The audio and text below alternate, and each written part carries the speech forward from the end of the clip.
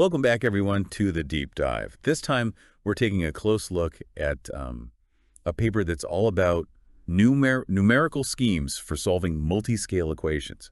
And, I think what's really fascinating is you guys, the listeners, are particularly interested in the nitty-gritty math and the proofs behind these schemes, so we're really going to dig deep into all of that. Yeah, definitely. That's where the real magic lies. It can get a little technical, I'll admit, but, we're going to break it down step by step, so don't worry. Absolutely. We'll make it clear as crystal. I think by the end of this deep dive, you'll see why these new schemes could revolutionize how we simulate all sorts of complex phenomena, like from shock waves to those really tricky low-speed flows.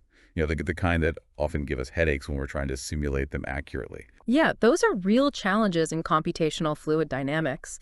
I mean, think about it. These multi-scale problems are everywhere in nature and engineering, and traditional numerical methods, well, they often struggle to capture both the big picture, like the large-scale dynamics, and those super fine details at the same time. It's like trying to keep everything in focus. Right. It's like you're trying to film, I don't know, like a snail race and a jet plane simultaneously with the same camera. Perfect analogy. You've got these drastically different speeds and scales, and it's tough to find a single approach that can handle it all accurately and efficiently.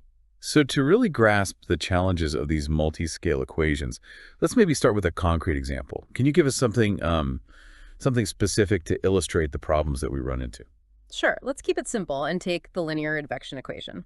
Now, it describes how a quantity is transported by a constant velocity field.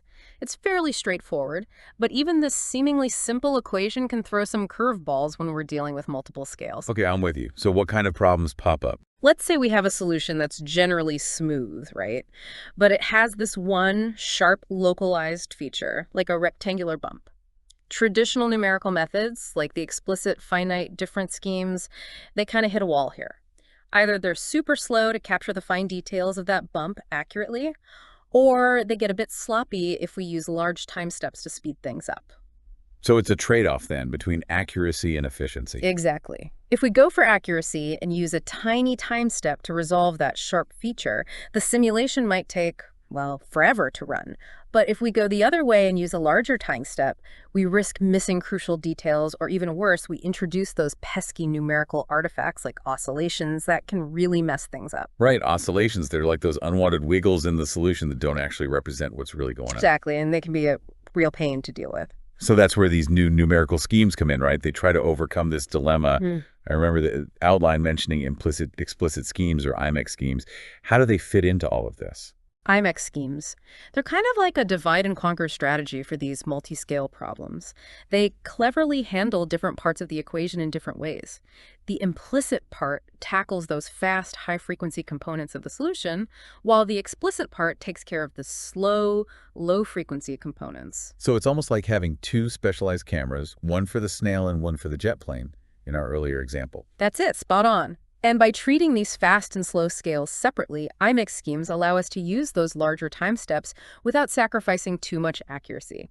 We can capture the smooth parts efficiently without getting bogged down in those tiny details that can slow things down. Clever, really clever.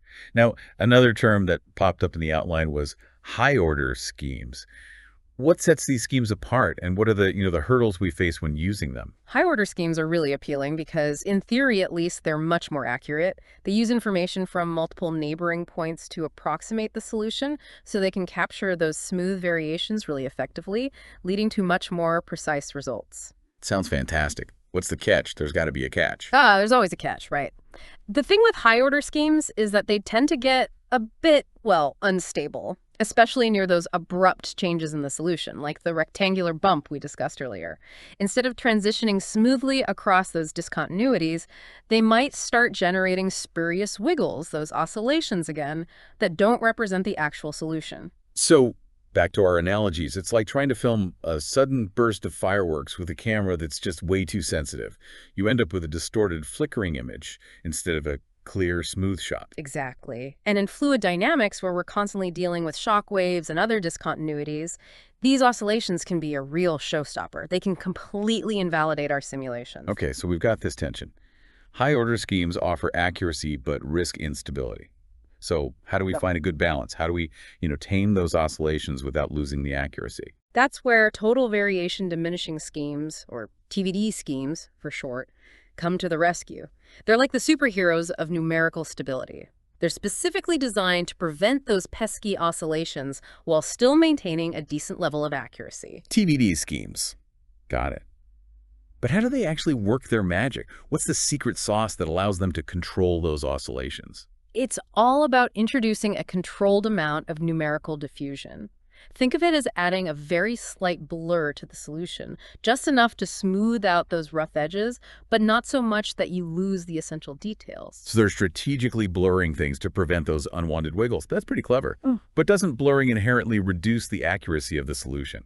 There's always a trade-off, right? It's true that TVD schemes might not be as accurate as high-order schemes for smooth solutions, but they're much more stable and reliable near those pesky discontinuities. Okay, I see the trade-off. But there has to be a way to get the best of both worlds, right? To have our cake and eat it too. That's precisely what makes this paper so interesting. They propose a really novel approach that uses a convex combination of a TVD scheme and a high-order scheme. A convex combination. What does that even mean in this context? Is it like mixing and matching? It is. Imagine you're blending the two schemes together, using some carefully chosen parameters to control the balance between stability and accuracy. At each step of the calculation, they create a weighted average of the solutions from both schemes. It's like fine-tuning a recipe, adjusting the ingredients to get to the perfect blend of flavors. You want the richness of the high-order scheme, but the stability of the TVD scheme. That's a fantastic analogy. And the challenge, as with any good recipe, is to find that right combination of parameters, the right balance, to ensure stability without sacrificing too much accuracy. This is getting really intriguing. I think our listeners, especially those who are mathematically inclined, would love to delve a bit deeper into how this convex combination is actually created. Can we take a peek under the hood? Absolutely. The paper defines their scheme using equations 3.5 and 3.6. These lay out the steps for calculating the solution at each time step. They start with a predictor step using the high-order scheme, then apply a corrector step using this convex combination of both schemes. And those parameters you mentioned, the ones controlling the blending, are they represented in these equations? Yes, they are. The parameters are denoted by phi, the back. They determine the weight given to each scheme at each stage of the calculation. So by tweaking these theta values, the researchers can fine-tune the balance between stability and accuracy. Precisely. The paper explores different choices for these parameters and analyzes how they affect the overall performance of the scheme. It's all about finding that optimal balance. This brings us to the part that I know our listener is really eager to hear about, the proofs. How do we know for sure that this convex combination approach will actually work as intended? Is there a mathematical guarantee, something that tells us we're not just hoping for the best? That's where the beauty of mathematical proof comes in. The paper doesn't just propose this method and hope for the best. It establishes the conditions under which the scheme is guaranteed to be both TVD, meaning it avoids those oscillations, and stable, meaning the solution won't blow up. So they have a mathematical safety net to ensure that their method won't lead to numerical chaos. Exactly. Theorem 2 is the heart of their argument. It lays out the specific requirements for the scheme's parameters and those underlying numerical fluxes to guarantee that we get both stability and the TVD property. All right, I'm ready to dive into the proof. Can we break down Theorem 2 a bit? What's it actually saying? Of course. Theorem 2 really focuses on the stability of the scheme. It's about examining how the numerical solution evolves over time. The goal is to demonstrate that the solution stays bounded. Right, because an unbounded solution would basically be like a runaway train. It would signal instability. Precisely. The proof starts by making certain assumptions. It assumes that specific conditions hold true for the parameters and the numerical fluxes. In particular, it requires certain expressions, denoted as psi, dk, and so on, to stay positive throughout the computation. Okay, and these expressions, what do they represent physically? Are they related to the flow itself? They're carefully constructed combinations of the scheme's parameters and those numerical fluxes. They're designed to capture the essential behavior of the numerical solution. Keeping these expressions positive is like putting guardrails on the solution to ensure it doesn't amplify errors or introduce those spurious oscillations as it evolves. Okay, so these conditions are like the mathematical safety features that prevent the solution from going haywire. That's a great way to put it. Those conditions are crucial for keeping the numerical solution well-behaved and on track. This all sounds incredibly intricate. What kind of techniques do they use to prove that these conditions are actually met and that the scheme is indeed stable? Is it like a magic trick? Not quite magic, but it does involve some clever mathematical footwork. The proof combines algebraic manipulations, inequalities, and a bit of inductive reasoning. It's a bit like a detective solving a case. They start by establishing a base case, showing that the conditions hold for the first time step. Then they use induction to demonstrate that if the conditions hold at one time step, they'll also hold at the next. So it's a sort of domino effect. Stability at one step guarantees stability at the next. That's a great way to visualize it. And by meticulously analyzing the structure of the scheme and the properties of those numerical fluxes, they show that those key expressions, the sec, decay, and so on, remain positive throughout the entire simulation. This ultimately proves that the scheme is L-stable, meaning that the solution stays within certain bounds, it doesn't explode. That's pretty impressive. Okay. They've got the stability part covered. But what about those oscillations? How do they prove that their scheme satisfies the TVD property? How do they show that it really does avoid those wiggles? The proof for the TVD property follows a similar line of reasoning. They demonstrate that under the same conditions we discussed for stability, the total variation of the numerical solution doesn't increase over time. Remind me, what's total variation, again, in this context? Total variation basically measures how much the solution fluctuates. It quantifies those oscillations. A TVD scheme guarantees that this total variation remains bounded, preventing the emergence of those unwanted wiggles. So those same stability conditions are also acting as oscillation dampeners. It's like a 2-for-1 deal. Exactly. By analyzing the scheme's structure and using those same assumptions from Theorem 2, they prove that the total variation stays in check. This ensures that the scheme preserves smoothness and avoids introducing any new oscillations. This is incredibly thorough. They've proven stability, they've proven the TVD property. Is there anything else they need to prove to have complete confidence in this scheme? It seems like they've covered all their bases. They have indeed been thorough. But while stability and the TVD property are essential, we also want to make sure that the scheme converges to the correct solution as we make the time steps smaller and smaller. This is known as consistency. Consistency, right. Yeah. It makes sense. We want our numerical solution to get closer and closer to the actual true solution as we refine our calculations. How do they approach this in their proof? Do they have a way to guarantee that? They do. They analyze what's called the truncation error. This error essentially measures the difference between the exact solution of the differential equation and the numerical solution obtained using their scheme. So a smaller truncation error means we're closer to the truth. Exactly. And a consistent scheme has a truncation error that approaches 0 as the time step shrinks. By carefully examining the structure of their scheme, they use something called Taylor series expansions to show that the truncation error does indeed vanish as the time step goes to 0. This demonstrates that their method is consistent. Okay, that's a relief. It sounds like they've really dotted their I's and crossed their T's. They've proven stability, the TVD property, and now consistency. Their mathematical foundation seems incredibly solid. I couldn't agree more. They've been incredibly thorough in establishing the reliability and accuracy of their scheme. And it's this blend of rigorous theoretical groundwork and, as we'll see later, practical performance that makes the TVD MOOD scheme such a breakthrough in numerical methods. I'm completely with you on that. This deep dive has already been a real eye-opener, and we've only just begun. We've explored the motivation behind the TVD MOOD scheme, dug into its mathematical underpinnings, and gotten a glimpse of its impressive capabilities. It's been a fantastic journey so far. I always find it incredibly exciting to see how researchers are developing these powerful new tools to tackle complex problems. It really pushes the boundaries of what we can understand and simulate. Absolutely. Before we move on, though, I want to make sure our listeners have a clear grasp of what makes the TVD MOOD scheme so special. Would you say that it basically boils down to this? They've managed to combine the stability of TVD schemes with the accuracy of high-order schemes, creating a numerical method that can handle those tricky multi-scale problems without breaking a sweat. You've hit the nail on the head. That's the essence of it. And what's even more impressive is that they didn't just stumble upon this approach. They've built a solid mathematical framework to prove that it works. It's a beautiful blend of theory and practice. Well said. And I think that's a great place to pause for a moment. We've laid the groundwork, explored the theory, and now, in the next section, we'll get to see this scheme in action. We'll dive into those numerical tests and see how it performs in the real world, so to speak. I'm ready to see those numbers. It's always exciting to see how these theoretical concepts translate into tangible results. Me too. Stay tuned, everyone, because things are about to get really interesting. Absolutely. We're just getting started. All right, so Are you ready to see this TVD mood scheme in action? Let's dive into those numerical tests that the researchers cooked up. They really wanted to push the scheme to its limits, especially when it came to those tricky fluid flow problems. You mentioned fluid flow a bit earlier. Can you remind us why it's such a tough nut to crack when it comes to numerical simulations? Sure, fluid flow, how liquids and gases behave, is governed by these equations called the Navier-Stokes equations.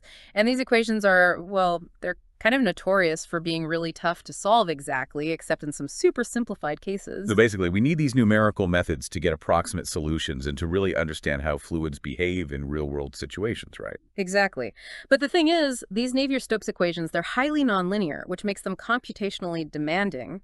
And on top of that, they involve all these different variables. Plus, fluid flows themselves often span a huge range of scales, from large-scale things like eddies and those swirling vortices down to these tiny, chaotic, turbulent fluctuations. Right, right. That brings us back to that multi-scale challenge that we were discussing before.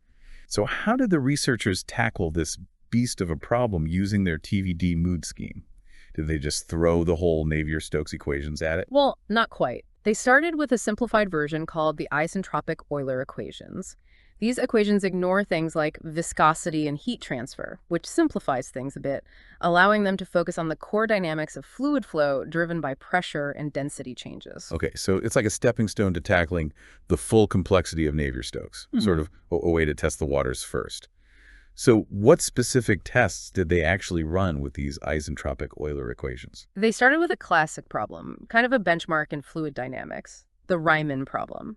It involves two regions of fluid that have different pressures and densities, initially separated by a barrier like a diaphragm. Then at time zero, you remove that barrier and boom, the fluids start mixing and interacting, creating this intricate pattern of waves. So it's like a controlled explosion in a tube, right? You're setting off this initial disturbance and seeing how it propagates. Yeah, that's a great way to visualize it. And the thing is, this setup creates all sorts of different waves. Shock waves, rarefaction waves, contact discontinuities, you name it. It's a real challenge for any numerical scheme to handle all of that accurately. I can imagine. So how did the TVD mood scheme fare in this explosive scenario? Did it survive the blast? It passed with flying colors. If you look at figure 6 in the paper, you can see how the scheme beautifully captures the evolution of those density and momentum profiles as the waves interact. And there are no nasty oscillations or weird numerical artifacts, even near those steady jumps in pressure and density. That's impressive. It sounds like that TDD aspect of the scheme is really doing its job, keeping those oscillations in check. Absolutely. That TVD property is essential, especially near those discontinuities. It prevents the solution from getting all distorted and wiggly. All right, so it aced the Riemann problem. What other fluid flow challenges did they throw at it? Did they try anything else to really stress test the scheme? Oh, they did. They wanted to see how it would handle shear flows, where you have layers of fluid moving at different speeds. They set up a test where they added a shear wave into the mix right on top of that Riemann problem setup. So it's like having a crosswind blowing across that controlled explosion you described earlier, adding another layer of complexity. Shear flows are everywhere in real-world situations, so it's super important for any numerical scheme to be able to handle them accurately. All right, so how did the TVD mood scheme perform in this more complex test case? Yeah. Did it rise to the challenge? Once again, it delivered. Figure 7 shows how the scheme captures both the shear wave and all those other wave structures that emerge.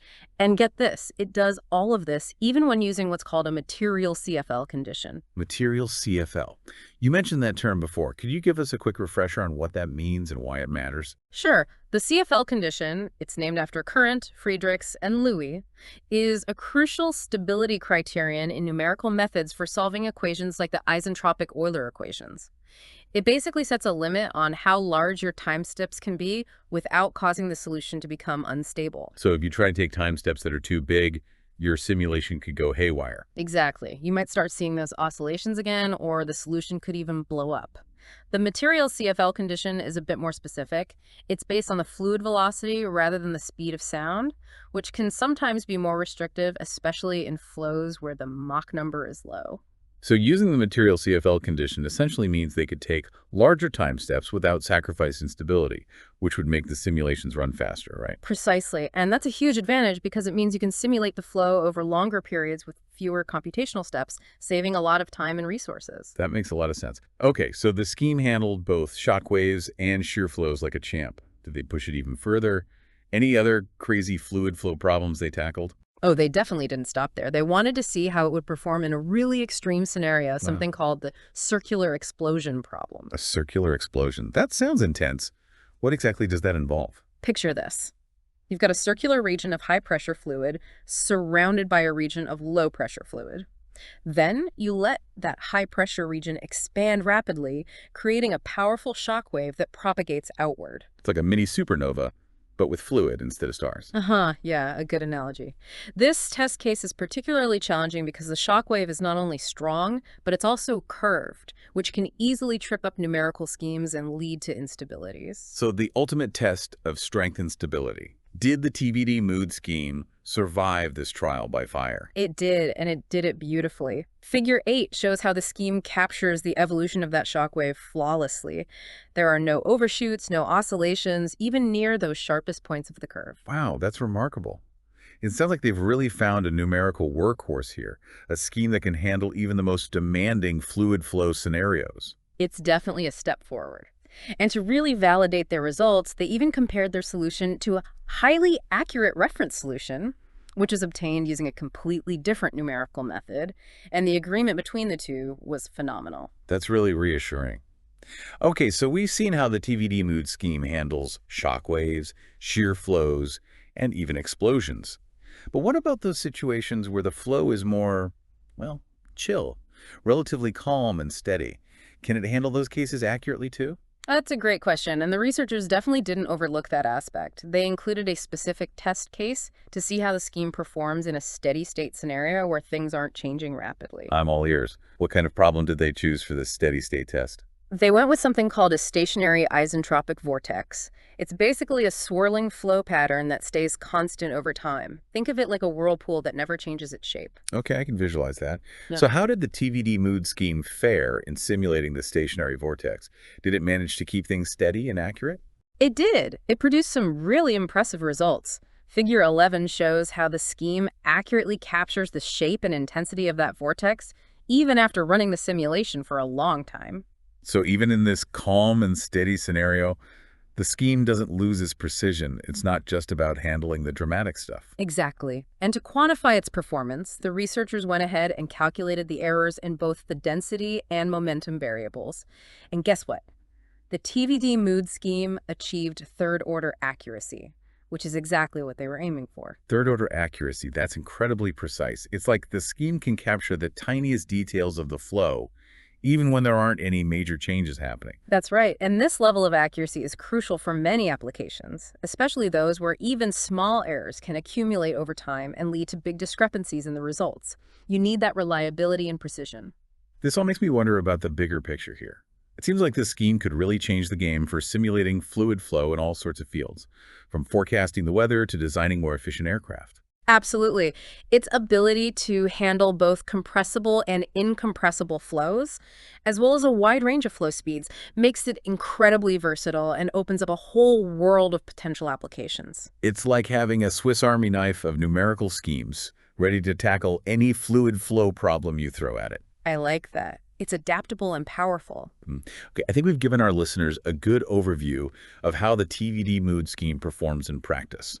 We've seen it tackle shocks, shear flows, explosions, and even those steady-state scenarios. It seems to handle it all with grace and precision. It really does. It's a testament to the careful design and rigorous testing that went into developing this scheme. But, there's one more piece of the puzzle that I think we need to revisit, something that I know our listeners are particularly keen to explore further. I think I know where you're going with this, those fascinating proofs. You got it. We touched upon them briefly earlier, but I think it's worth taking a deeper dive into the mathematical details, especially the proof of Theorem 2, which really underpins the stability of the whole scheme. I'm happy to unravel those mathematical threads. It's always exciting to see how those rigorous arguments solidify the foundation of such a powerful numerical tool. All right, let's buckle up and delve into the heart of those proofs. Yeah. I'm ready to see the magic of mathematics at work. Okay, so we're back And we're ready to get into the nitty-gritty of the math behind this TVD MOOD scheme. I know you're particularly interested in those proofs, so let's unpack those, especially the proof of Theorem 2, which is really the cornerstone of the scheme's stability. Yeah, the way they've meticulously built this mathematical framework to guarantee both stability and accuracy is really impressive. Theorem 2 is where it all comes together. So can you remind us again, what exactly is Theorem 2 all about? What are the conditions that it lays out, and why are they so important for this scheme to work properly? To avoid those numerical hiccups. Sure. Theorem 2 essentially gives us this recipe for stability. It's like a set of guidelines that say, if you stick to these rules when building your scheme, you're guaranteed to avoid those numerical blowups and those pesky oscillations that we keep talking about. It's like a safety net for your simulations. Okay, I'm definitely intrigued. Can you break down these rules, these conditions that Theorem 2 sets out? Well, the theorem focuses on a few key things. First, it puts some limits on those parameters that control the mixing between the TVD scheme and the high-order scheme. Remember those Dick values, the Thomann values that we talked about before? Yeah, they determine how much weight each scheme gets in that convex combination, right? Like adjusting the ingredients in a recipe. Exactly. And Theorem 2 says those thick values can't just be anything. They have to fall within a specific range to ensure stability. So it's like setting boundaries on how much you can tilt the scales toward accuracy versus stability, right? Too much of one, and you might end up with problems. Precisely. If you lean too heavily on the high-order scheme, you risk instability. But if you go too far with the TVD scheme, you sacrifice some accuracy. Theorem 2 helps you find that sweet spot, the right balance.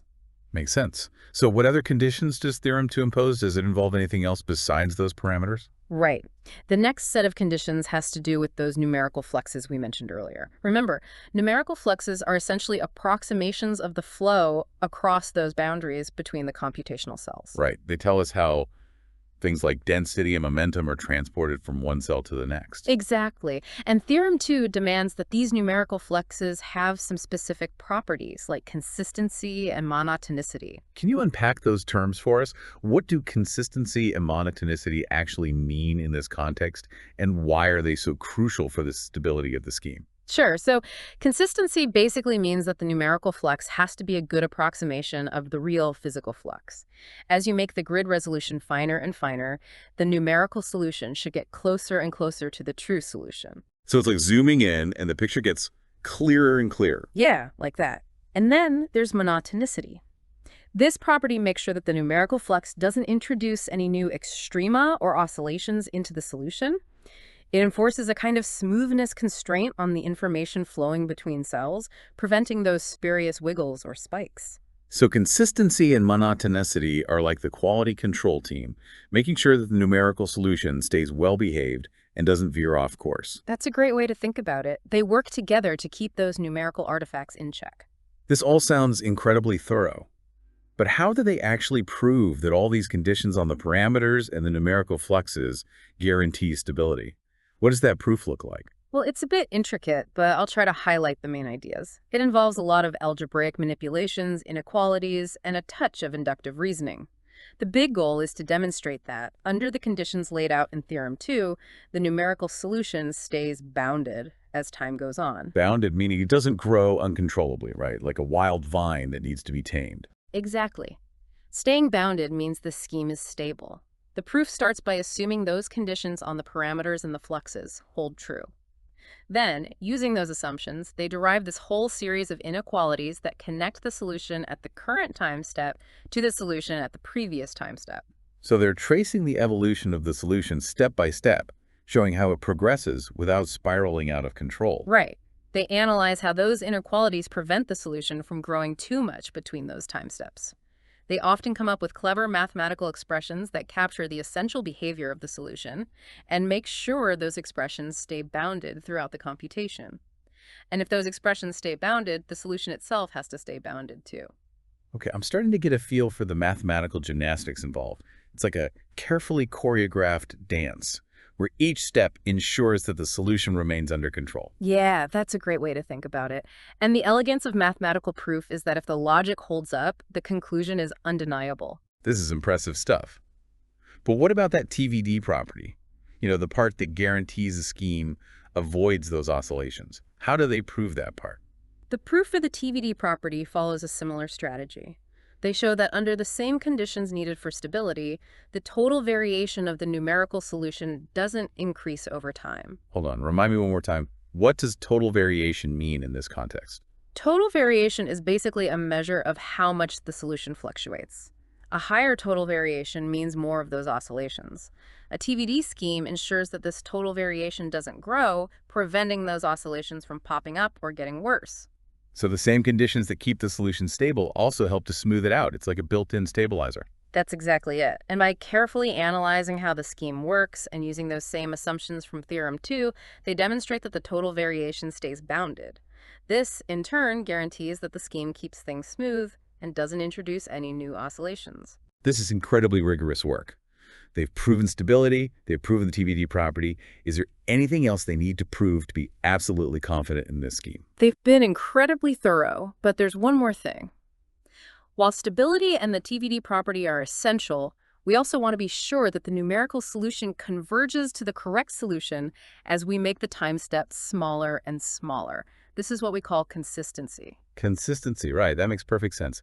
We want our numerical solution to get closer and closer to the actual true solution as we refine our calculations. Do they have a way to prove that as well? Yes, they do. They look at what's called the truncation error. It basically measures how much the numerical solution obtained using their scheme differs from the exact solution of the differential equation. So a smaller truncation error means that the numerical solution is more accurate, closer to the truth. Exactly. And for a scheme to be consistent, the truncation error has to approach zero as the time step shrinks. So what they did is they carefully examined the structure of their scheme and used something called Taylor series expansions to prove that the truncation error does indeed vanish as the time step gets closer and closer to zero. Okay, that's reassuring. They've covered stability, the TVD property, and now consistency. They've really built a solid mathematical foundation for the scheme. I agree, they've been very thorough and careful. And this combination of rigorous mathematical proof and, as we've seen, excellent practical performance makes the TVD MOOD scheme a truly significant development in numerical methods. I couldn't have said it better myself. This deep dive has been a real eye-opener. We've explored the motivation behind the TVD MOOD scheme, taken a deep dive into its mathematical underpinnings, and witnessed its impressive performance in those numerical tests. It's been quite a journey, and I always find it inspiring to see how mathematicians and scientists are constantly pushing the boundaries of what's possible with these amazing tools. Me too. It's a testament to the power of human ingenuity. So before we wrap up, I want to leave our listeners with a final thought. We've spent this whole episode focusing on fluid dynamics, but given how versatile this TVD MOOD scheme seems to be, I can't help but wonder, where else could it make a real impact? That's a great question. The beauty of numerical methods is that those fundamental principles like stability, accuracy, and the ability to handle multi-scale phenomena can be applied to a wide range of problems, not just fluid flow. Exactly. So to our listeners, I encourage you to think outside the box. Where else could this TVD MOOD scheme shine? Could its knack for handling those sharp transitions and avoiding oscillations be useful in modeling things like shock waves in solids, or maybe chemical reactions, or even population dynamics? The possibilities seem endless. Those are fantastic examples. It's exciting to think about how this scheme could be adapted and extended to tackle challenges in all sorts of fields. There's a whole world of problems out there waiting for innovative solutions like this. I'm definitely excited to see how this scheme evolves and where it's applied in the future. It feels like we're just scratching the surface of what's possible. And to our listeners, remember, you can find links to the original paper and other resources in our show notes, so don't be shy. Dive deeper into the fascinating world of numerical methods. Absolutely. Keep those curious minds engaged. And on that note, thanks for joining us on this incredible deep dive. Until next time, keep exploring, keep learning, and never stop pushing the boundaries of knowledge.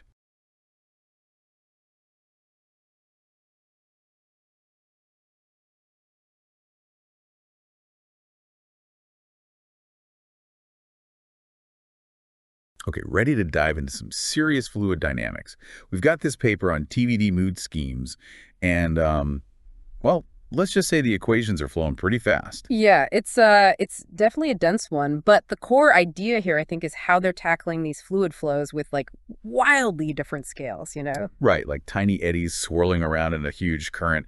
And from what I'm seeing, standard methods, even high-order ones, can get a bit, well, unstable, right? Yeah, they can introduce these oscillations, which is obviously not ideal, especially around sudden changes like shock waves. So accuracy is great, but not if your simulation blows up in your face. That's where these TVD mood schemes come in, I guess. Exactly. TBD, total variation diminishing, it's all about preventing those oscillations. And mood, multidimensional optimal order detection, it's like this smart controller, you know. A controller, okay. Yeah. So it lets the simulation use high order accuracy in smooth areas, but then it switches to a more stable lower order scheme near those trouble spots they call the parachute scheme. The parachute scheme, I like that. So it's like a safety net. Pretty much. And they actually start by showing this challenge with a simplified model, the linear advection equation, with two different transport speeds. Two speeds. One represents the main flow, and the other is this much faster wave, especially when a certain parameter, they call it 8, gets really small. I'm seeing where this is going. Explicit schemes get super inefficient when h is tiny because the time steps have to be ridiculously small to keep up with those fast waves, right? Exactly. That's why they use these implicit-explicit schemes, IMEX schemes. So the fast waves are handled implicitly, which lets you use larger time steps. Clever. But even with IMEX, I noticed in Figure 1, standard high-order methods can still cause oscillations near those abrupt changes. Right, hence the need for TVD schemes. They start with a simple first-order one. Very stable, but it tends to be a bit blurry. You know, it smooths out the details. Okay, so they need a better parachute. Something stable, but sharper. That's where mood really shines, I bet. Exactly. It provides that framework for switching between the high order and the parachute scheme. But a big part of this whole strategy is designing that parachute scheme itself, and that's a major focus of this paper.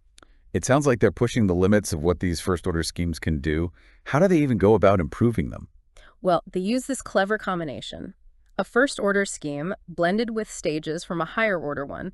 They call it a convex combination. Like a hybrid scheme. Yeah, exactly. They go into detail with this 3-stage IMEX RK scheme, carefully choosing parameters to maximize accuracy while keeping things stable. Can we take a closer look at the math? I'm curious about how they actually build these schemes. Of course. So their starting point is a general, let's say, S-stage IMEX RK scheme. To make it TVD, they introduce this convex combination with the first-order IMEX Euler scheme. So each stage gets a dose of that stable first-order scheme. Right. And they've got these free parameters, denoted by AIK for each stage, K. These parameters control the balance between the higher order and the first order contributions. It's like they're fine-tuning the recipe for each stage. Yeah, exactly. And to make sure it's TVD, they derive these specific conditions on these free parameters. It gets a bit more involved mathematically here. I'm ready for the math. What kind of conditions are we talking about? Well, they focus on this 3-stage IMEX RK scheme as a concrete example, and they use a Butcher tableau, to represent the scheme. Butcher tableau. I remember those, sort of. Right. So they choose specific values for AIK, and then they derive these conditions on A4 and the CFL number to guarantee stability and the TVD property. Okay, so they're mapping out the safe zone for these parameters. Precisely. And then they simplify it further. They express the CFL condition and AVE in terms of a new parameter A, which is between 0 and 1. It's like a tuning knob. A tuning knob, okay. Yeah, so they can adjust it to find the right balance between accuracy and how much computation it takes. Clever. They've optimized this 3-stage scheme, but what about schemes with more stages? That's where Theorem 2 comes in. It generalizes their approach to any number of stages, gives you conditions for stability, and the TVD property. It's like a blueprint. That's impressive. So they've tackled the time part. What about the spatial derivatives? How do they handle those? They use a third-order reconstruction for the cell interface values, for the explicit derivatives, that is. So they're approximating the solution at the boundaries between cells? Right. Yeah, exactly. And they use these specific slope limiters to make sure the scheme stays stable and TBD. Like smoothing out any rough edges? Yeah, you could say that. For the implicit derivatives, they stick with a first-order upwind discretization. Right. Another trade-off for efficiency. But they do mention exploring fancier approaches later on. Always room for improvement. Yeah. But I think we've covered the groundwork now. Let's move on to those numerical tests and see how these schemes actually perform. Yeah, let's see if all this theory pays off in the simulations. Okay, so now let's really dig into the math behind these TVD mood schemes. The authors lay out a pretty rigorous framework, which is really helpful for understanding how it all works. Yeah, let's get into the nitty-gritty. Where do they even start with all this math? Well, they start by showing why we need these new TVD IMEX schemes in the first place. They reference this important result by Gottlieb, Shu, and Tadmore, which basically says there's a limit for certain types of schemes. A limit, okay. Yeah, like a first-order barrier for unconditionally stable, implicit TVD RK schemes. Hold on, remind me what unconditionally stable means again. Sure, it means the scheme stays stable no matter what time step you choose, which is obviously a good thing. But this result shows that for these implicit TVD RK schemes, you can't have unconditional stability and accuracy higher than first order at the same time. So there's a trade-off. Yeah. And this limitation also applies to IMEX RK schemes, the implicit-explicit ones, where the time step doesn't have to shrink as eggs get smaller. So they're basically trying to squeeze as much accuracy as they can out of a first-order IMEX RK scheme while still keeping it stable, right? Exactly. And they're very careful about it. Like we discussed before, they start with this general ES stage IMEX RK scheme, and then they modify it to make it TVD. Right, adding a bit of that stable first-order scheme to each stage. But how does that work mathematically? They use this thing called a convex combination. They combine each stage of the IMEX RK scheme with the first-order IMEX Euler scheme at these specific points in time. Specific points? Yeah, like 10 plus Kate, where Keck is a coefficient that's specific to each stage. Okay, so each stage gets a dose of that stable scheme at certain times. Exactly. And remember those free parameters for each stage? Those control the balance between how much of the higher order scheme and how much of the first order scheme is used at each of those time points. It's like they're carefully controlling the recipe at each step. Right. And then to make sure the whole thing is TVD, they figure out these conditions that those thick parameters have to meet. This is where it gets pretty math heavy. Hit me with the math. What kind of conditions? They take this three-stage IMX RK scheme as an example, and they use a butcher tableau to represent it, Oh, yeah. Butcher tableau. Those bring back some memories. So they set specific values for this parameter, and then they work out these conditions on VOR4 and the CFL number, all to make sure it's stable in TVD. So they're like drawing the boundaries for those parameters. Yeah, exactly. Then, to make things easier, they express the CFL condition and 4 using this new parameter OWEL, which is between 0 and 1, like a dial you can turn. A dial. Yeah, to balance accuracy and efficiency. Okay, so they've got their three-stage scheme all tuned up, but what if you want to use more stages? That's where Theorem 2 is awesome. It generalizes their approach to any number of stages, gives you the conditions you need for stability and TVD. It's like a master blueprint. Does it tell you how to choose those free parameters for schemes with more stages? Yep. It lays out the conditions those parameters need to satisfy to make sure the scheme is TVD. A bit more complicated than for the three-stage one, but the idea is the same. Got to keep that balance between the higher order and first order parts. Awesome. So they've got the time part figured out. Now, what about those spatial derivatives? For the explicit derivatives, they use a third-order reconstruction for the cell interface values. Meaning they're approximating the solution at those boundaries. Yeah, and to prevent any instabilities from popping up, they use these slope limiters. They keep the reconstructed values from going crazy and make sure everything stays nice and stable. So it's like they're smoothing things out. Exactly. Now, for the implicit derivatives, using higher-order reconstructions would get really expensive computationally, so they go with a simpler first-order upwind discretization. Makes sense. Got to keep things efficient. But they did mention looking into more advanced methods for the future, right? Yep. Like using linear implicit high-order methods. The Quinpy method, for example, might be a good option. But for this paper, they're focused on getting this TVD IMEX framework working and showing that it's effective. Okay, so they've got the theory down, both for time and space. Let's see how it all works in practice. Those numerical tests are where the rubber meets the road. Exactly. Time to see if their hard work pays off. All right, let's dive into those numerical tests. They really put these TVD mood schemes through the ringer. First up, the linear advection equation with that rectangular bump we talked about. Remember, that initial discontinuity. Oh, yeah, that's a tough one for stability, right? Exactly. Figure 4 really shows how well those mood schemes, with their carefully designed parachute schemes, keep the solution bounded. No nasty oscillations. So the parachute does its job. Hmm. But what about accuracy? Don't they lose some accuracy to get that stability? Not really. Figure 5 shows the errors. And here's the thing. Even though they're working with first-order TVD schemes, they actually get convergence rates that are better than first order. Wait, how's that possible? Didn't we talk about that first-order limit for these schemes? Yeah, but that limit applies to the formal order of accuracy. When you're dealing with these discontinuous solutions, you often see higher convergence rates because of how the numerical diffusion works. Huh, so the nature of the problem actually helps them out a bit. Exactly. They even introduced this special norm, the L1 norm, to measure the impact of overshoots and undershoots. Okay, so they can really quantify how well their schemes are staying within those bounds. They did a great job validating their approach with the linear advection equation. But what about those more complex isentropic Euler equations? Right, that's the real test. And they've got a bunch of different tests to show what their scheme can do. Tell me more about those tests. Okay, so they start with one-dimensional Riemann problems, focusing on those acoustic waves first. Remember how those waves can get super fast at low Mach number? Oh yeah, that can cause all sorts of trouble if you're not careful with your time steps. Exactly. But look at figure 6. Their mood scheme captures those waves perfectly, even at a Mach number of 10.2. And they use both an acoustic CFL condition, which is super restrictive, and a material CFL condition, which lets them use much larger time steps. And it stays stable in both cases. Yep, that's a huge advantage of their approach.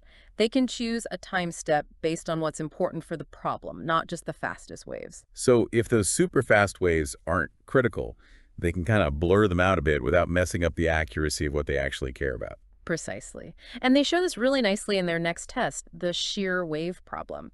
It's got a slower wave along with those fast acoustic waves. Perfect for showing off those multi-scale skills. Right. Check out figure 7. Even with the material CFL condition, the shear wave is super sharp.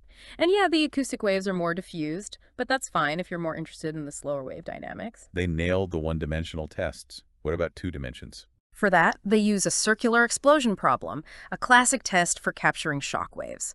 Figures 8 and 9 are pretty impressive. Their scheme keeps things symmetrical on a Cartesian grid and captures that shock front beautifully. No overshoots or anything. Wow, robust and accurate even with those strong shocks. Now, what about those low Mach number cases? Ah, yes, that's where the double shear layer problem comes in. This one's designed to show off that asymptotic preserving property. Remind me what that is again? Basically, it means that as the Mach number gets really small, like close to 0, the solution from their scheme should match the solution from the incompressible Euler equations. You know, the equations for really slow flows. So it's about making sure their scheme works correctly in that special case. Exactly. And figure 10 and table 4 show that it works beautifully. As the Mach number drops, their solution converges perfectly to the incompressible solution. Their scheme really can handle it all. High Mach numbers, low Mach numbers, no problem. Did they try it with any smooth flows too? Yep. Last test, they used a stationary isentropic vortex. Nice, smooth flow, perfect for checking the accuracy when everything's well behaved. The opposite of those shock waves. Yep. Figure 11 and Table 5 show that they still get third-order accuracy even with this smooth problem. Their scheme is adaptable, accurate, and stable. That's incredible. They really thought of everything. They did a really thorough job. And they wrap up by talking about how important this work is for the field of computational fluid dynamics. Developing schemes that can handle these multi-scale problems is a big challenge, and they've made some serious progress. It's like they've given researchers a whole new set of tools. Exactly. And while they point out some limitations of their current approach, they also suggest some exciting directions for future work, like incorporating more sophisticated methods for the spatial discretization. So the quest for better schemes continues. Always. Well, this paper was a wild ride, but thanks to your insights, I think I actually understand it now. It's amazing to see what people are doing in computational fluid dynamics. It was my pleasure, and the key takeaway for everyone listening is this. If you're working with fluid flows that have multiple scales or tricky interactions, definitely check out these TVD MOOD schemes. They offer a great combination of stability, accuracy, and flexibility, and they might just be the perfect tool for your next simulation. Thanks for joining me on this deep dive. Until next time, keep exploring the fascinating world of fluid dynamics.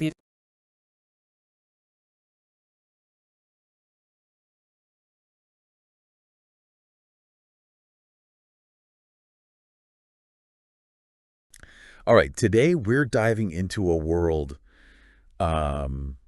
where things happen at, like, wildly different speeds. Oh, okay. Mathematically speaking, of course. Right. We're talking about multi-scale equations. Okay. Where you might have, like, a shock wave roaring through, but also these tiny, slow changes happening at the same time. Interesting. It's almost like trying to capture both a hummingbird's wings and a snail's trail in the same photo. Oh, wow. All in perfect focus. And getting that perfect focus, that's the real challenge, isn't it? Exactly. These multi-scale equations, I mean, they pop up everywhere. Oh, yeah. Fluid dynamics, climate modeling, even financial markets. Yeah, exactly. And we've got some research here. Okay. Really focusing on how to get accurate solutions. Okay. Even when these equations are kind of prone to, Yeah. you know, those annoying oscillations. Yeah. Near discontinuities. Right. Think of it like trying to prevent your camera from shaking. Oh. When you're, like, zoomed in on something tiny. The researchers are exploring something called TVD mood schemes. Okay. Total variation diminishing. And multidimensional optimal order detection.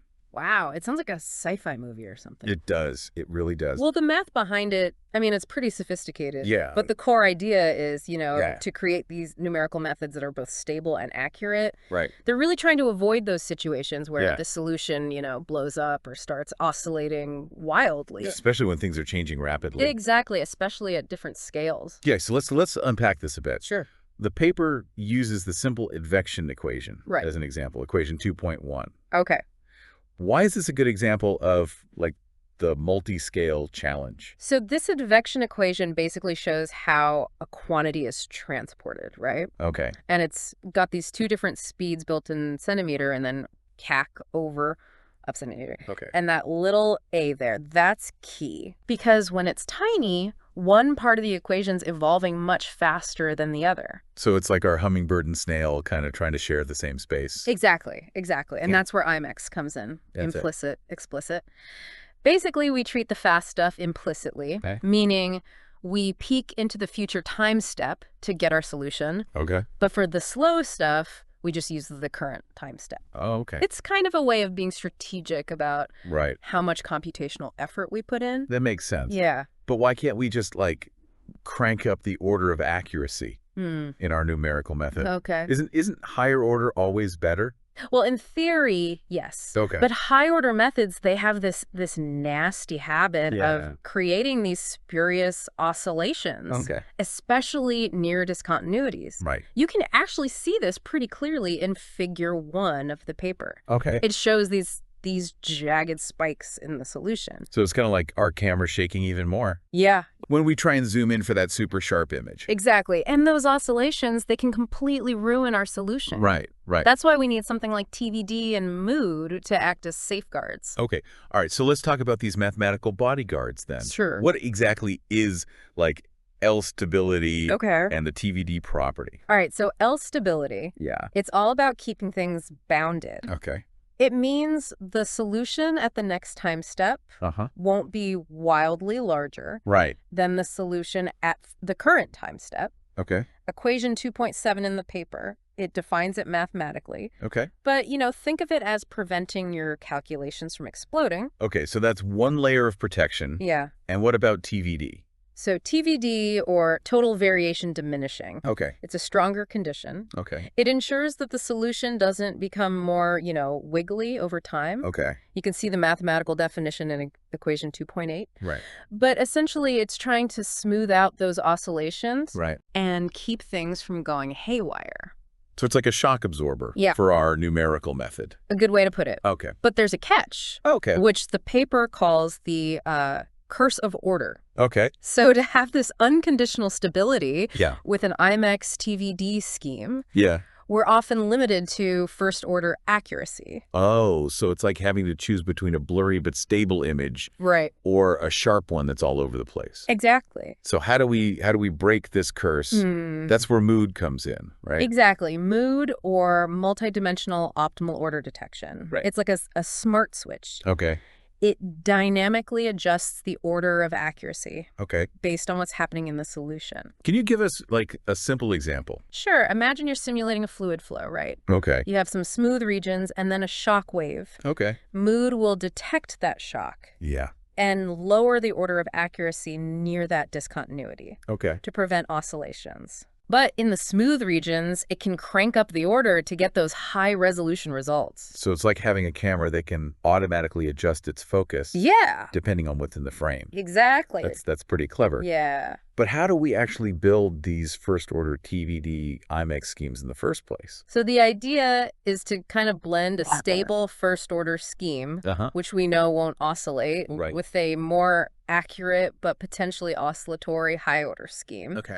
The paper calls this a convex combination. Okay. And they go into the specifics in sections Yeah. 3.1, 3.1.1, and 3.1.2. Okay. But it's kind of like adding a stabilizer Right. to a powerful but volatile chemical. I like that analogy. Yeah. So the challenge then is finding that right balance It is. It is. between the stability and the accuracy. Exactly. The paper explores how to find the optimal parameters for this blend, Yes. like values like go and Right. So Yes. it's a bit like fine-tuning a recipe to get that perfect flavor and texture. right. But I'm guessing there's some serious math involved Oh, absolutely. in finding these optimal parameters. Yeah, the researchers actually derived specific conditions Yeah. that these parameters need to satisfy Okay. to guarantee that stability Oh. and that TVD property. Hmm.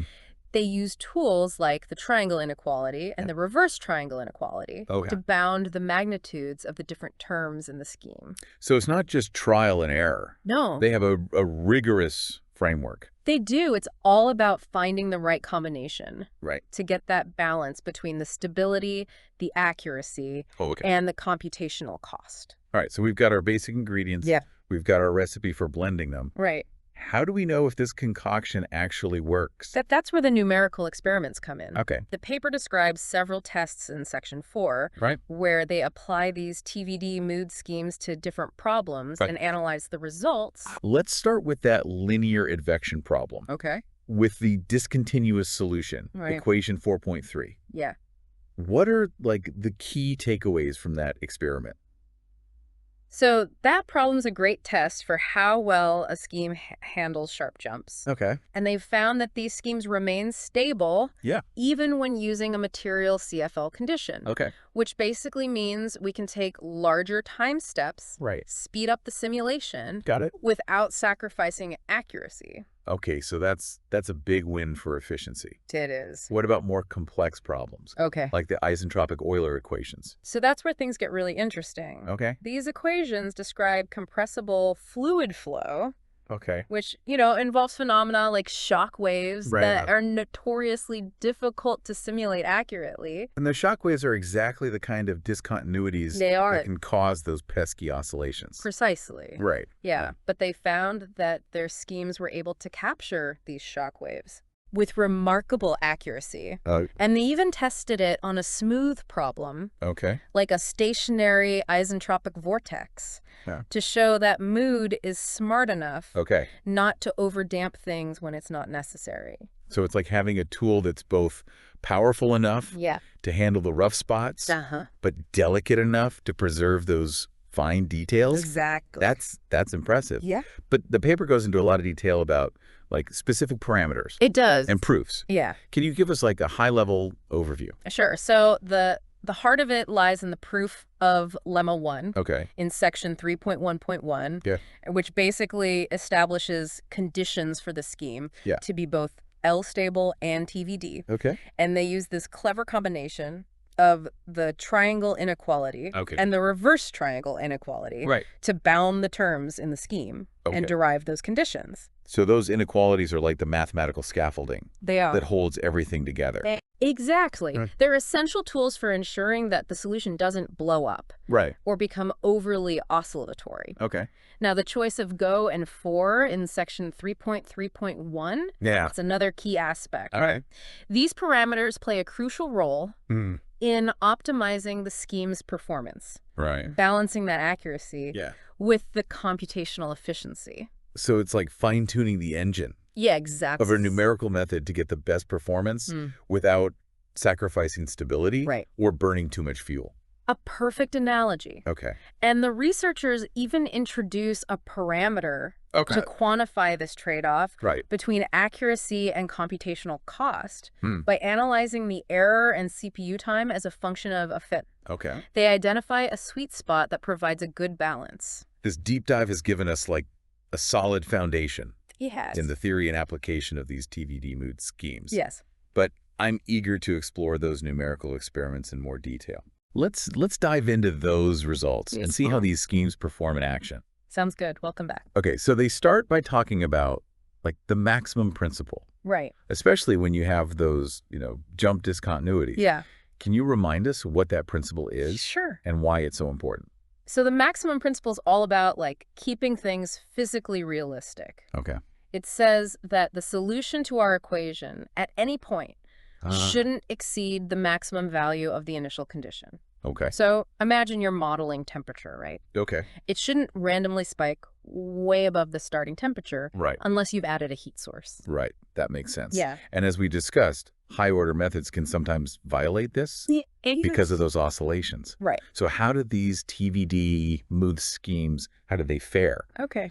They use that rectangular bump test case. Yeah. Equation 4.3, check this, right? Exactly. That bump represents a sudden jump in the solution. Yeah. A perfect scenario to see if those oscillations creep in. Okay. And what's interesting is that for problems with like less stiffness, Okay. think larger values of that parameter. Okay. Most schemes do okay, All right. but when a K gets tiny, Yeah. those high-order schemes, they start showing those unwanted oscillations. So the stiffer the problem, Yeah. the more those oscillations become a problem. Exactly. Okay, that's intuitive. Yeah. What about our TVD mood schemes? Do they hold up? They do. Okay. Both the TVD3 and MOD3 schemes. Okay. They hold that maximum principle beautifully, Yeah. even for very small at values. Great. No blow-ups, no wild oscillations. Okay, so they pass that test. They do. The paper also mentions different CFL conditions. Right. What's the significance of those? So the CFL condition, Yeah. named after Courant, Friedrichs, and Louis, Right. it's like a speed limit for our simulation. Okay. It limits how big of a time step we can take Yeah. before things become unstable. With multi-scale problems, Yeah. we have choices. Okay. An acoustic CFL condition is based on the fastest wave speed, Okay. like setting the limit based on a supersonic jet. Hmm. But a material CFL condition Yeah. is based on slower speeds, Okay. more like a bicycle. So using the material CFL condition Yeah, lets us take bigger time steps, it does. which could save a lot of computation time. Exactly. Yeah. Yeah. And the beauty of these TVD mood schemes Yeah. is they remain stable, even with that more relaxed material CFL condition. Okay. It's like having a car that can cruise smoothly on the highway, Hmm. but also handle those tight city turns. I like that analogy. Yeah. So they're stable, They are. but how accurate are they? Right. The paper talks about using the L10 quasinorm Yes. to measure errors. Why use that particular metric? So the L10 quasinorm, Yeah. it's interesting because it doesn't just look at like the average error, it also penalizes those overshoots and undershoots Right. we were talking about earlier. Yeah. It's a tougher measure, but more relevant for these kinds of problems. So it's like judging a diver, Yeah. not just on the overall form, but also on how big of a splash they make. That's one way to put it. Okay. And the results show that TVD and mood schemes Yeah. consistently have lower errors in this stricter metric, Okay. meaning they're not just smoothing things out. Right. They're genuinely closer to the true solution. It's good to know. Yeah. Now, the paper also compares these schemes Yeah. against some existing methods, Right. like the ARS 233 scheme. Okay. Why choose that particular scheme for comparison? So ARS 233, Yeah. it's a well-known IMEX RK method Okay. known for being L-stable, meaning it's really good at handling those stiff problems Right. where things change rapidly. Okay. It's a tough benchmark. So how do our new schemes stack up against this, like, seasoned pro? Well, ARS 233 is very accurate, Okay. but it has trouble maintaining that maximum principle, Uh-huh. especially as area gets small. Okay. those oscillations pop up again. So it's like a high-performance engine Yeah. that's prone to overheating if you push it too hard. Exactly. Okay. But the TVD mood schemes, they stay stable and oscillation-free, even in those tough cases. Okay. And they have that advantage of using the material CFL condition, Right. which can make them much faster. Okay, so they're holding their own against the competition. They are. But then the paper moves on to the isentropic Euler equations. Okay. Those are a step up in complexity, right? They are. Why focus on those? So the isentropic Euler equations, Yeah. they describe compressible fluid flow, Okay. which is much more challenging to simulate. Right. We have shock waves, sound waves, Oh, wait. all sorts of things happening. And these phenomena are precisely They are. the kind of multi-scale behavior we've been talking about. Exactly. Right. Yeah. To tackle this, Huh. the researchers came up with this 3-stage hierarchy within their mood framework. Go? Think of it like having different gears for Okay. different terrains. Okay, I'm intrigued. Yeah. Tell me more about these 3 stages. All right. So the first stage Yeah. is their highest order scheme. Okay. It's a combination of IMEX 3-4 with this special spatial discretization called RS IMEX. Okay. It's powerful, Yeah. but it's still susceptible to oscillations. So like a sports car with a powerful engine, Yeah, but maybe a little too much torque. a good analogy. Okay. The second stage brings in TVD 3-4. Okay. Same spatial discretization, Okay. but with the added stability of that TVD time integrator, Okay. it helps smooth out those oscillations while Ah. maintaining good accuracy. So we're adding some traction control Precisely. to our sports car. Exactly. Okay. And finally, we have the third stage, Yeah. the parachutes scheme. Okay. It's fully TVD.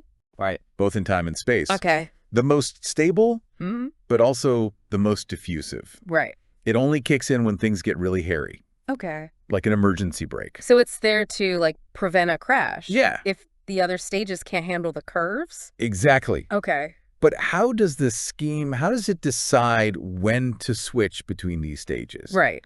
They use something called Riemann invariants. Okay. Think of them like GPS trackers for different parts of the wave, Okay. telling you how they'll evolve over time. So by monitoring these invariants, Yeah, the scheme can kind of sense trouble brewing exactly. and deploy the appropriate stage. Precisely. Okay. They tested this on various problems Okay. involving shock waves, shear waves, Yeah. even those stationary vortices. And the results were impressive. Tell me about some of those results. Sure. How did the scheme handle those, like, different wave phenomena? Okay, let's start with those Riemann problems. Classic test cases for these equations. Right. They looked at one Yeah. involving only acoustic waves, basically pressure disturbances Okay. traveling at the speed of sound. So like simulating a sonic boom. Exactly. Okay. And they found their mood scheme captured these waves accurately, even with the material CFL condition, Okay. allowing for those larger time steps. So efficiency and accuracy. Yes. That's great. Yeah. What about those shear waves? Okay, so shear waves? Yeah. They have the fluid moving parallel to the wavefront. Mhm. Not perpendicular like with acoustic waves. It's like the wave traveling through a field of wheat, Okay. making those rippling patterns. Right. And again, the scheme captured it accurately, Right. even with that material CFL condition. Right. And this is significant because shear waves are usually much slower.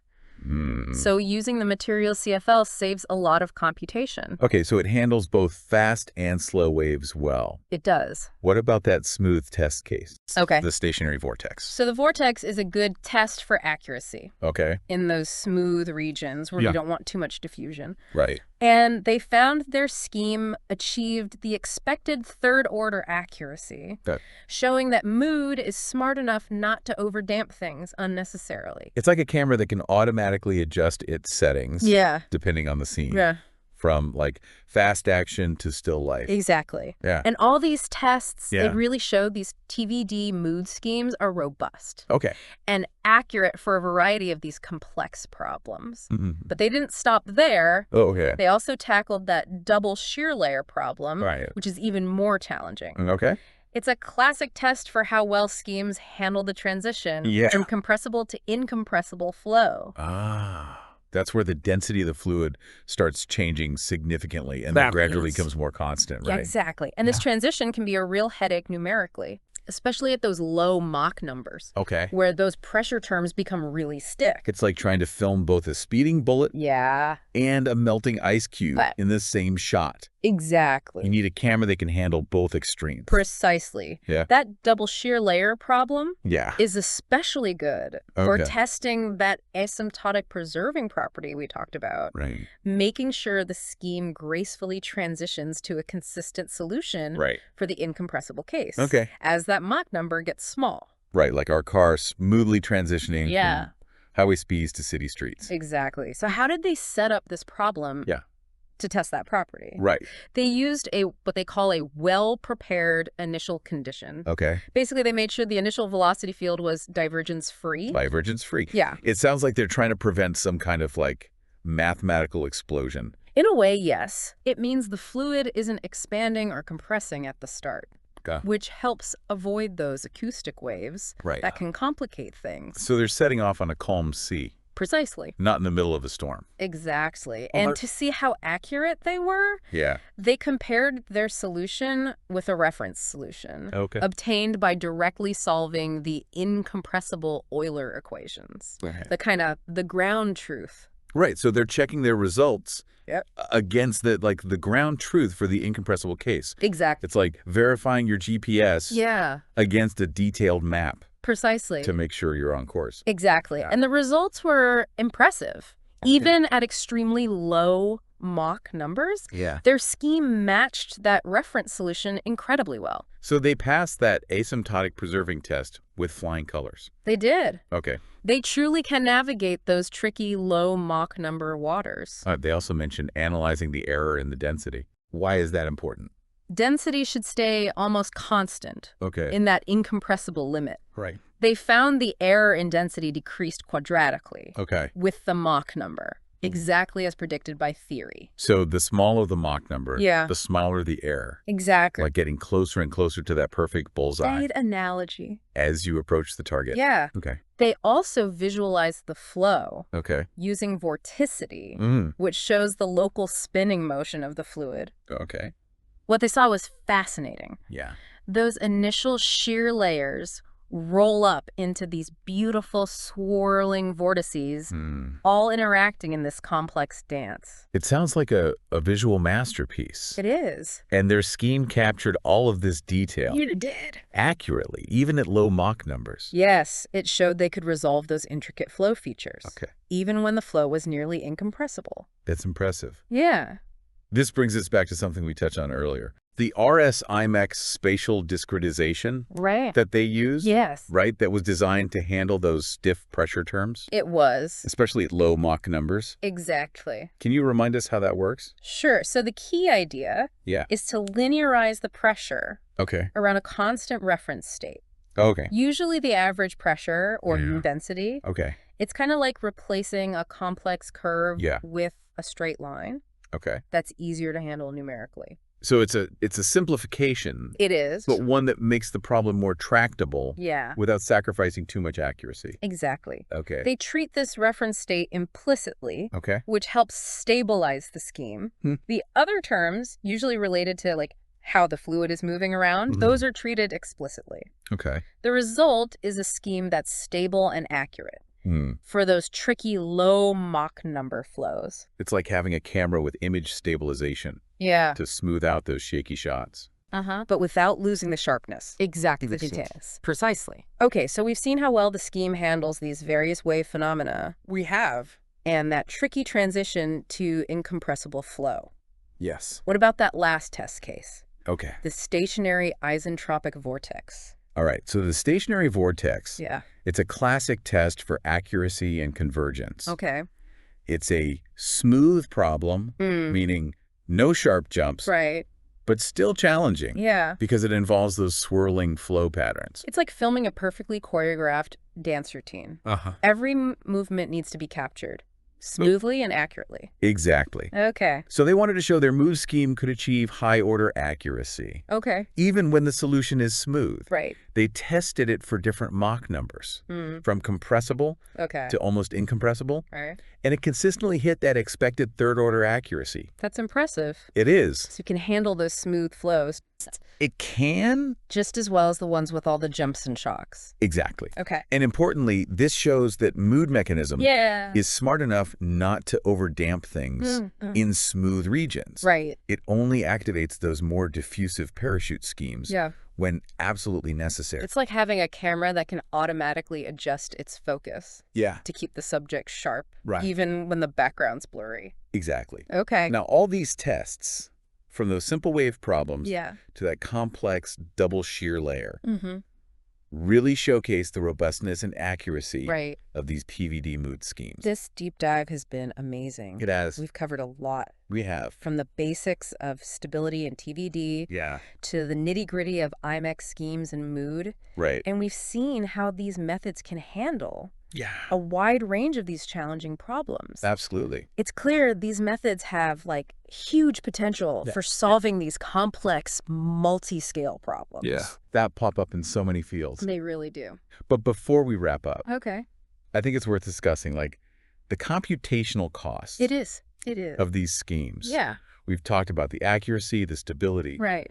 But if a method takes forever to run, Yeah. it's not very practical, is it? Exactly. The paper does mention some CPU times, Okay. but I think it's important to highlight the practical implications. Okay, so what are some key takeaways about like the efficiency? All right. So first, Yeah. remember, they're able to use that material CFL condition, Right. which allows for those larger time steps. Right. That alone can significantly speed things up, Okay. especially when we have those slower evolving parts of the solution that don't need tiny time steps. Okay. It's like using a smaller, more fuel-efficient car for your daily commute, Hmm. but still having access to a sports car for those weekend trips. I like that analogy. Yeah. What else contributes to their efficiency? Well, the mood mechanism itself is a big factor.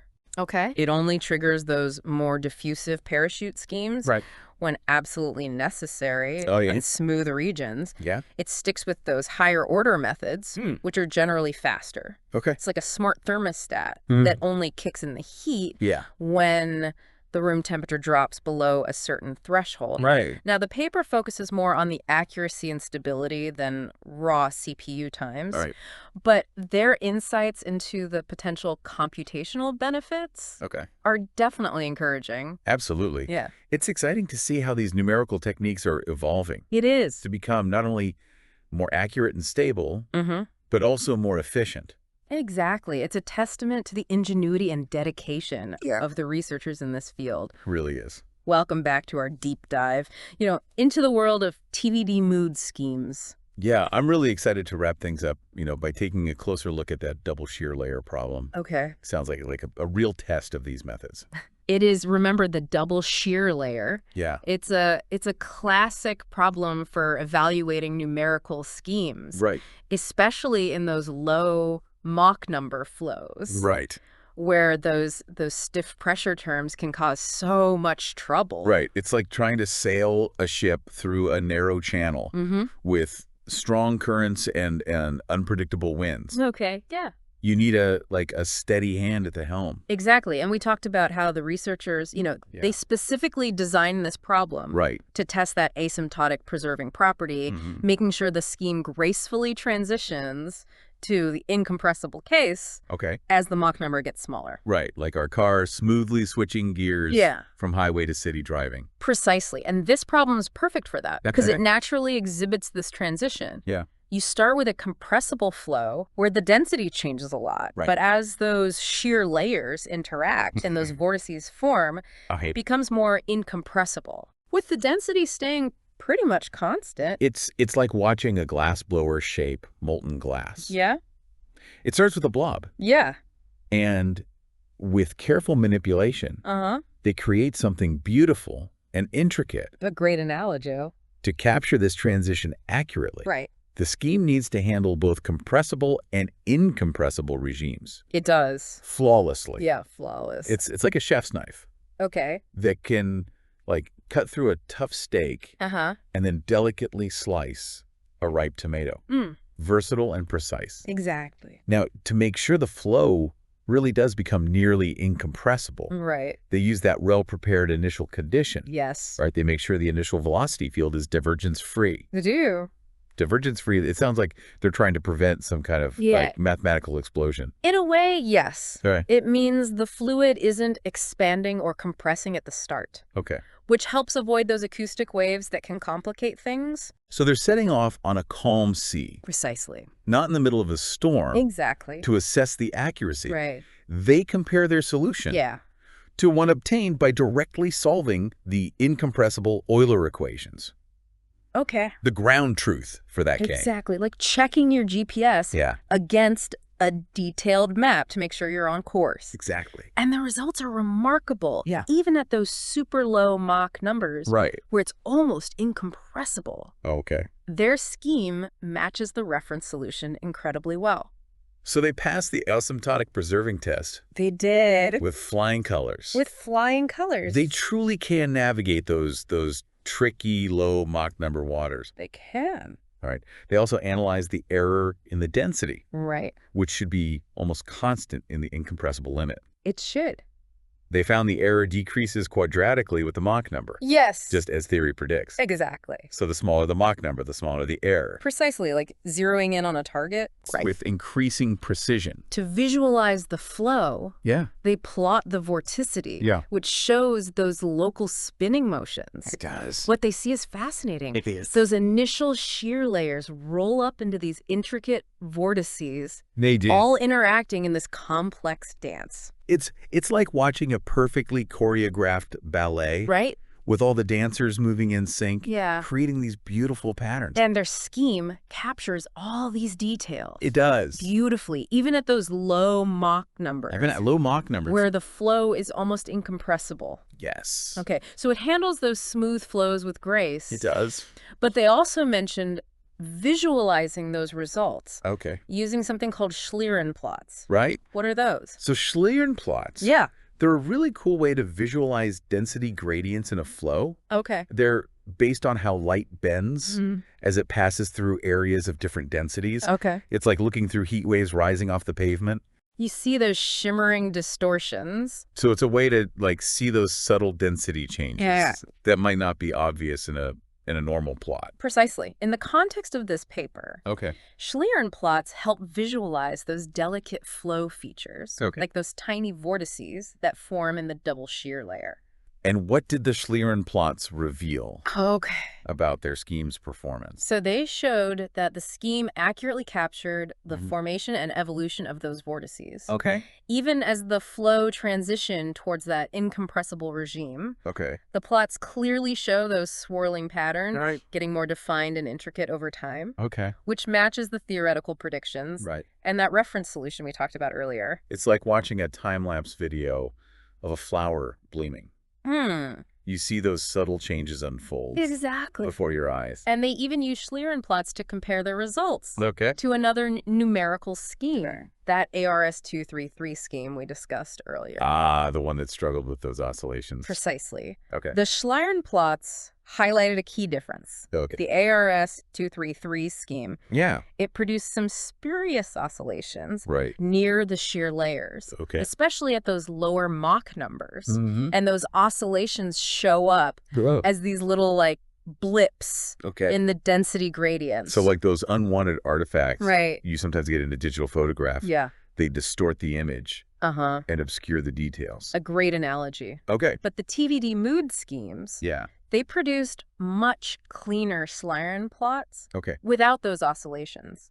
It was a visual confirmation of their stability and accuracy in handling those tricky low Mach number flows. Yeah, those Schlieren plots sound like powerful tools for understanding these complex flows. This deep dive has been incredible. We've really explored every nook and cranny of these TVD MOOD schemes. I agree. We've covered their mathematical foundations, the those clever mood algorithms. Right. And we've seen how they tackle those challenging test cases. We have. It's clear these methods have huge potential They do. for solving those complex multi-scale problems Yeah. that pop up in so many fields. In so many fields. It's inspiring to see how researchers are constantly pushing the boundaries It is. of numerical methods Uh-huh. to unlock those mysteries of the natural world. Absolutely. Well, on that note, I think we'll wrap up this deep dive. Sounds good. Thanks for joining us on this incredible journey. It's been a pleasure.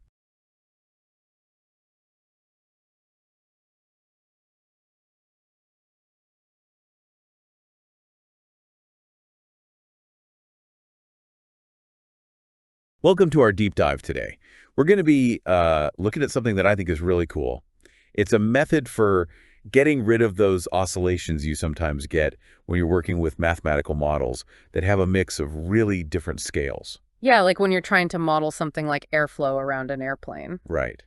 You might have those teeny tiny Mach numbers near the surface of the wing. But then much larger ones in the free stream. Exactly. So you need a way to find solutions that are both accurate. And stable, which can be a real challenge. Absolutely. That's where this paper we're looking at comes in. It's called TVD MOOD schemes, based on implicit-explicit time integration. And it presents a really interesting approach. It's a pretty clever way to tame those oscillations. I know. And the really cool thing is that this could help us model all sorts of real-world phenomena with so much more confidence. And precision. Exactly. So I'm really excited to dig into how these TVD MOOD schemes actually work. Are you ready to dive in? Absolutely. Let's get started. Okay, so the paper kicks things off by using the linear advection equation as an example. They point out that those standard high-order methods we often rely on for accuracy can sometimes lead to those pesky oscillations, even when the solution should be smooth. Yeah, and figure 1 in the paper does a really great job of showing this. It visually demonstrates how even those L-stable schemes, which are known for their stability, can really struggle when those scales become extreme. It's kind of shocking to see how easily those oscillations can pop up. So how do we make sure that the solutions stay bounded and prevent those oscillations from happening in the first place? Well, that's where the concepts of L-stability and TVD schemes come in. L-stability basically means that the maximum value of our solution stays within certain limits over time. It's kind of like a safety net. Right, preventing things from blowing up. Exactly. Then there's the TVD property, which stands for total variation diminishing. This property ensures that the total variation of the solution doesn't increase over time, which effectively suppresses oscillations. Got it. So those properties are crucial to make sure our solutions actually make sense physically, right? Absolutely. TVD schemes are all about limiting how much the solution can jump around between neighboring grid points. It's like they smooth things out a bit. I'm starting to see how these concepts play a key role in tackling those oscillations. But now we need to talk about this MOOD strategy that the paper introduces multidimensional optimal order detection. It seems like that's really at the core of their approach. MOOD is really all about dynamically adjusting the order of the numerical scheme based on how smooth the solution is. So if everything is smooth sailing, we can use a high-order scheme to get really accurate results. Precisely. But if things start to get a little rough, Meaning those pesky oscillations start to show up. exactly, then the MOOD strategy switches to a more robust, lower-order scheme. They call it the parachute scheme. I like that. A parachute scheme. So it's like our backup plan when things get shaky. Exactly. And this parachute scheme is designed to enforce stability even when we encounter those tricky jumps or steep gradients that tend to cause problems for those high-order schemes. And the great thing is... Not just some fixed thing. Right. It can be tailored to the specific problem you're working on. That's amazing. So it's like having a whole toolbox of different schemes at your disposal. And the MOOD strategy helps us pick the right tool for the job. I'm really starting to grasp the power and adaptability of this approach. But how do we actually go about building this parachute scheme? The math in this section of the paper gets pretty intense. It does get a bit technical, but let's try to break it down. So the authors start with an IMEX RK scheme, which stands for Implicit-explicit Runge-Kutta. Okay, I remember those from my numerical methods class. Aren't those the schemes that are really good at handling problems where the solution changes super rapidly in some places, but slowly in others? You got it. They're perfect for these multi-scale problems because they allow you to treat different terms in your equations with different levels of implicitness or explicitness. Could you remind me about why that distinction is so important? Sure. So implicit schemes tend to be much more stable. especially for those stiff problems where the solution changes really quickly. But I remember them being a pain to implement because they usually involve solving a whole bunch of equations simultaneously, right? Exactly. They can be a real computational headache. Now, explicit schemes, on the other hand, are much simpler to implement, but they can be less stable, especially when you're dealing with those super fast timescales that we see in our multi-scale problems. I see. So these IMEX schemes try to strike a balance by strategically choosing which terms to treat implicitly and which ones to treat explicitly. You got it. They let you selectively apply that implicitness where it's really needed for stability without making the computational costs completely outrageous. Makes sense. So how do the authors use this IMEX RK framework to build their parachute scheme? Well, they take a specific type of IMEX RK scheme and modify it to guarantee both L stability and the TVD property. Now, when I think about Runge-Kutta methods, I can't help but think about those butcher tableaus. Do those play a role here? Absolutely. Those butcher tableaus are more than just a convenient way to represent the coefficients of a Runge-Kutta method. They're actually crucial for analyzing and ensuring the stability and TVD properties of the scheme. So it's not just about writing things down in a compact way. It actually has a deeper meaning in terms of how the scheme behaves. Precisely. And in this paper, they use a clever trick to achieve the TVD property. They essentially blend each stage of the IMEX RK scheme with a first-order IMEX Euler scheme. It's like they're mixing those two schemes together. Exactly. And they use a parameter, which they call C, to control the ratio of each scheme in that mix. So if A's is 1, you're using the full IMEX RK scheme. And if A's is 0, you're just using that first-order IMEX Euler scheme. You got it. It's like a slider that lets them fine-tune the balance between accuracy and stability. Clever. And then they go through this whole process of figuring out the right conditions for those AD&A parameters and the CFL condition that guarantee both the L stability and TVD properties. Right. That CFL condition, the current Friedrichs-Lewis condition, essentially sets a limit on how large our time step can be before things start to get unstable. And in these multi-scale problems, we want to make sure that our CFL condition isn't too restrictive, right? Exactly. We want to be able to take reasonably large time steps without sacrificing stability. And the paper goes into detail about how to figure out those conditions. For example, they have a lemma 1, that outlines the specific requirements for a 3-stage IMEX RK scheme to be both L stable and TVD. They call this particular scheme TVD3. So by carefully choosing those parameters, they can guarantee stability and the TVD property for a specific CFL condition. Do they also look at schemes with more stages? They do. In fact, Theorem 2 in the paper extends this to IMEX RK schemes with any number of stages.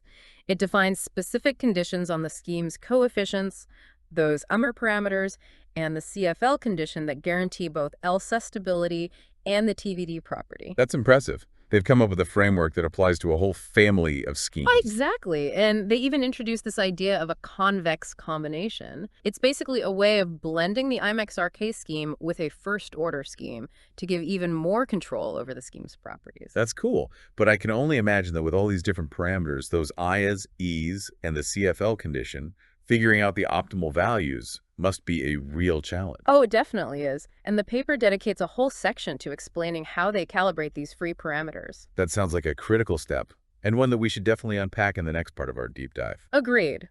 We'll explore how they strike that balance between precision and computational efficiency.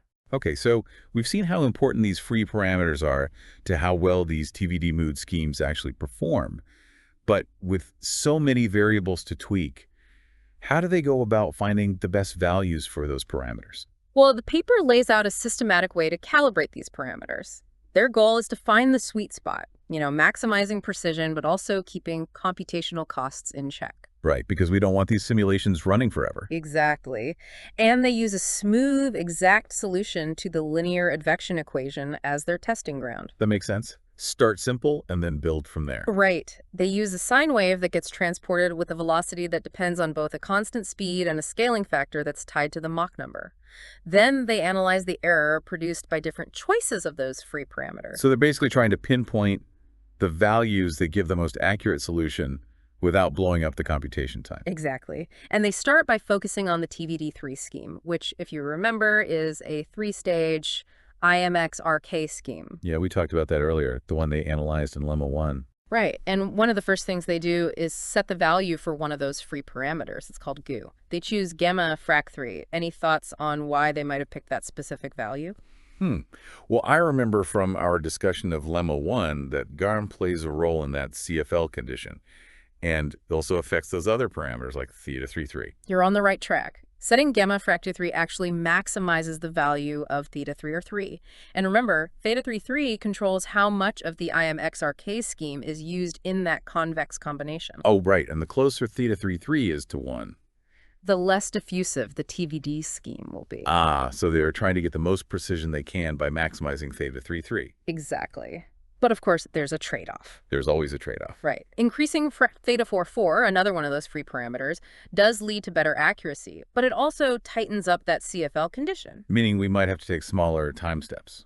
Exactly, which can slow down the simulation. It's that classic battle between speed and accuracy. It really is. And to navigate this trade-off, they introduce a new parameter. They call it I. Alpha. Right.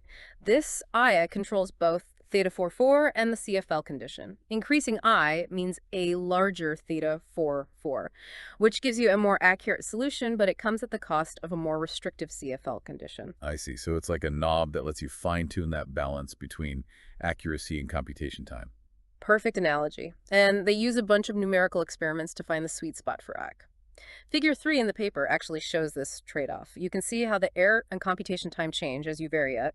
And what they found is that there's a point where the error basically stops decreasing. So you're not really gaining anything in terms of accuracy by pushing ACFR, but you're still paying the price in computation time. Exactly. For their TVD3 scheme, they found that setting alpha frac 1,3 seemed to be a good balance. And this choice, along with their earlier choice of gamma frac 3, gives them specific values for all those K parameters and the CFL condition. Got it. So they've carefully tuned the parameters for the TVD3 scheme. But what about those bigger butcher tableau, the ones with more stages? How do they figure out the best parameters for those? Well, for those, they used a numerical optimization technique. It's a bit more sophisticated than manually tuning things like they did for the TVD3 scheme. So it's like they're letting the computer do the heavy lifting of finding those optimal values. Exactly. But to keep the optimization on track, they used the TVD inequalities and order conditions that we talked about earlier as constraints. Ah, so they're basically searching for the best possible set of parameters within certain limits defined by those stability and accuracy requirements. Exactly. Their objective was to maximize the sum of the CFL condition and all those Thay parameters. And to make sure they didn't get stuck at a local maximum, they actually ran this optimization multiple times, each time starting from a different random point in the parameter space. That seems like it would take a lot of computing power, searching for those optimal values across that multi-dimensional parameter space. It can be, but they were very aware of the limitations we face in fluid dynamic simulations. So they imposed an extra constraint that the CFL condition had to be at least 0.5. Why 0.5? Because that value is typically used in these simulations. So they wanted to make sure their optimized scheme was still practical for real-world problems. That's smart. So did this approach actually work? Did they find good parameters for those larger schemes? It did. They found a 4-stage, third-order butcher tableau that gave them a stable and accurate TVD scheme. They called it TVD3-4. Okay, so now we've got to see how these schemes actually perform. It's time to move on to those numerical experiments. Absolutely. Let's see how these schemes handle those tricky situations that we've been talking about. Okay, so they start by testing their schemes on the linear multiscale advection equation, right? The same one we've been discussing. They want to see how the schemes handle those discontinuities, those sudden jumps in the solution. Right. Those are the spots where numerical methods often run into trouble. Exactly. So which schemes did they test? And how did they measure how well they were doing? They tested 4 different schemes. First, they tested the standard IMEX 1 scheme. Then there's the ARS 233 scheme, which is L stable, but remember, it can still have those oscillations. Right, we talked about that. And then they tested their 2 new schemes, the TVD3 and MOD3 schemes. Okay, so how did they compare these schemes? First, they checked if the schemes respected something called the maximum principle. Ah, the maximum principle. That's like a fundamental rule in numerical analysis. It says that the solution shouldn't go outside the bounds set by the initial conditions, right? You got it. We don't want our solution to be bouncing all over the place. And figure 4 in the paper shows what they found. The IMX3 and ARS 233 schemes, well, they did show some oscillations, especially when the Mach number was super tiny, like 10U. Not surprising. But the mood schemes, they stayed right within the bounds. Wow. Right out of the gate, the mood schemes are showing they can produce realistic solutions. Exactly. And that's critical if we want to trust these simulations. Absolutely. Yeah. But did they only look at whether the maximum principle was violated? Or did they use other ways to measure the error? Oh, they used other error metrics too. They looked at the error using two different norms. The L1 norm, which gives you the average error over the whole domain, and a modified norm that specifically penalizes those overshoots and undershoots. You can see the results in Figure 5. Yeah. Well, even though the mood schemes are technically only first-order accurate, they actually do better than those higher-order schemes in terms of this modified error norm. Interesting. So even though those higher order schemes might converge faster in those smooth regions, they get penalized for those oscillations near those discontinuities. Exactly. And those oscillations can really throw off the accuracy, even if they're small. You're like getting dinged for going a little over the speed limit, even if you're driving a fancy sports car. That's a great analogy. Okay, but didn't we talk about those L-stable and SSP schemes before? Weren't those designed to be really stable? They were. But they usually rely on something called an acoustic CFL condition, which means your time step has to be super small if the fastest wave in your system is moving really fast. And in these multi-scale problems, those acoustic wave speeds can be insanely high, especially when the Mach number is close to 0. You got it. Which means you have to take tiny, tiny time steps. And that can make those simulations take forever to run. But the mood schemes, they don't have that limitation. Because they can operate under a material CFL condition. Exactly. The time step is only limited by the fluid velocity, which is usually much slower than the speed of sound, especially in those low Mach number flows. So when we don't really need to track every single detail of those super fast acoustic waves, the mood scheme lets us take much larger time steps, which can save us a ton of computation time. Exactly. And Table 2 in the paper shows just how dramatic that speed up can be. For a test case with a Mach number of just 10 nm, the Mode 3 scheme was about 3 times faster than the ARS 233 scheme. Wow. And it's still got comparable accuracy. Yep. And that speed advantage only gets bigger as the Mach number shrinks. It's impressive. Okay, so we've seen how the mood scheme offers flexibility with the CFL condition and a big boost in computational efficiency. But we've been talking a lot about using that TVD3 scheme as the parachute scheme. Is there any real advantage to that compared to just using the regular IMEX-1 scheme, which is also first-order accurate? That's a great question, and the paper directly addresses this by comparing those two options. They looked at both the TVD3 scheme and a 4-stage version of the IMEX-1 scheme, both with a first-order upwind spatial discretization. So both of these schemes are technically first-order accurate, so we're really trying to see which one does a better job of minimizing numerical diffusion. You got it. Especially when we're dealing with those small scales. Because too much diffusion can really smear out the solution and make it hard to capture those fine details. Exactly. So they used these special space-time error measures to track how much diffusion was happening over the whole simulation. The results are in Table 3, and they are pretty striking. Let me see. Wow. For those really small Mach numbers, using the TVD3 scheme as the parachute scheme reduces the space-time error by a factor of up to 100 compared to using the IMX-1 scheme. It's a big difference. That's huge. So even though both schemes are technically first order, the TVD3 scheme does a much better job of holding on to those small-scale features, making it a way better parachute scheme for the mood approach. It really does. It makes sure that even when we need to switch to that parachute scheme, we don't lose too much crucial information because of numerical diffusion. Okay, so we've really dug into these schemes using the linear advection equation, but most real-world problems are way more complicated than that. How do these schemes do when we move to something more complex, like the isentropic Euler equations? Now that's where things get really interesting. The isentropic Euler equations describe the flow of compressible fluids. And those low Mach number flows, where the fluid is almost incompressible, they're a real challenge to model accurately. Okay, so let's see how the TVD mood approach handles those equations. Okay, so we're about to see how these TVD mood schemes work with the isentropic Euler equations. Can you remind me why these equations are considered multi-scale? Well, they govern how compressible fluids flow, and they can be really tricky, especially when you're dealing with those low Mach number flows. Low Mach number meaning? Meaning the flow is almost incompressible, like water.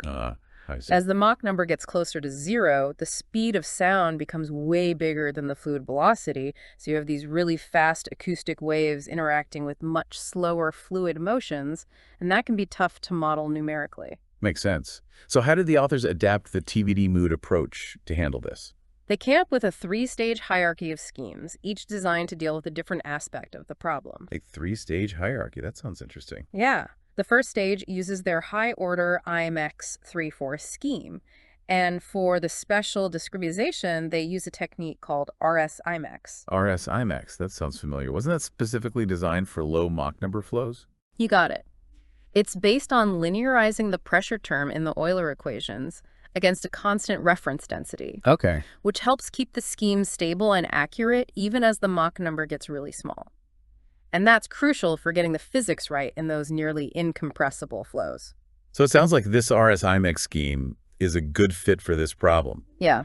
But I'm guessing even a scheme this fancy can't handle every single thing that comes up in these tricky low Mach number flows.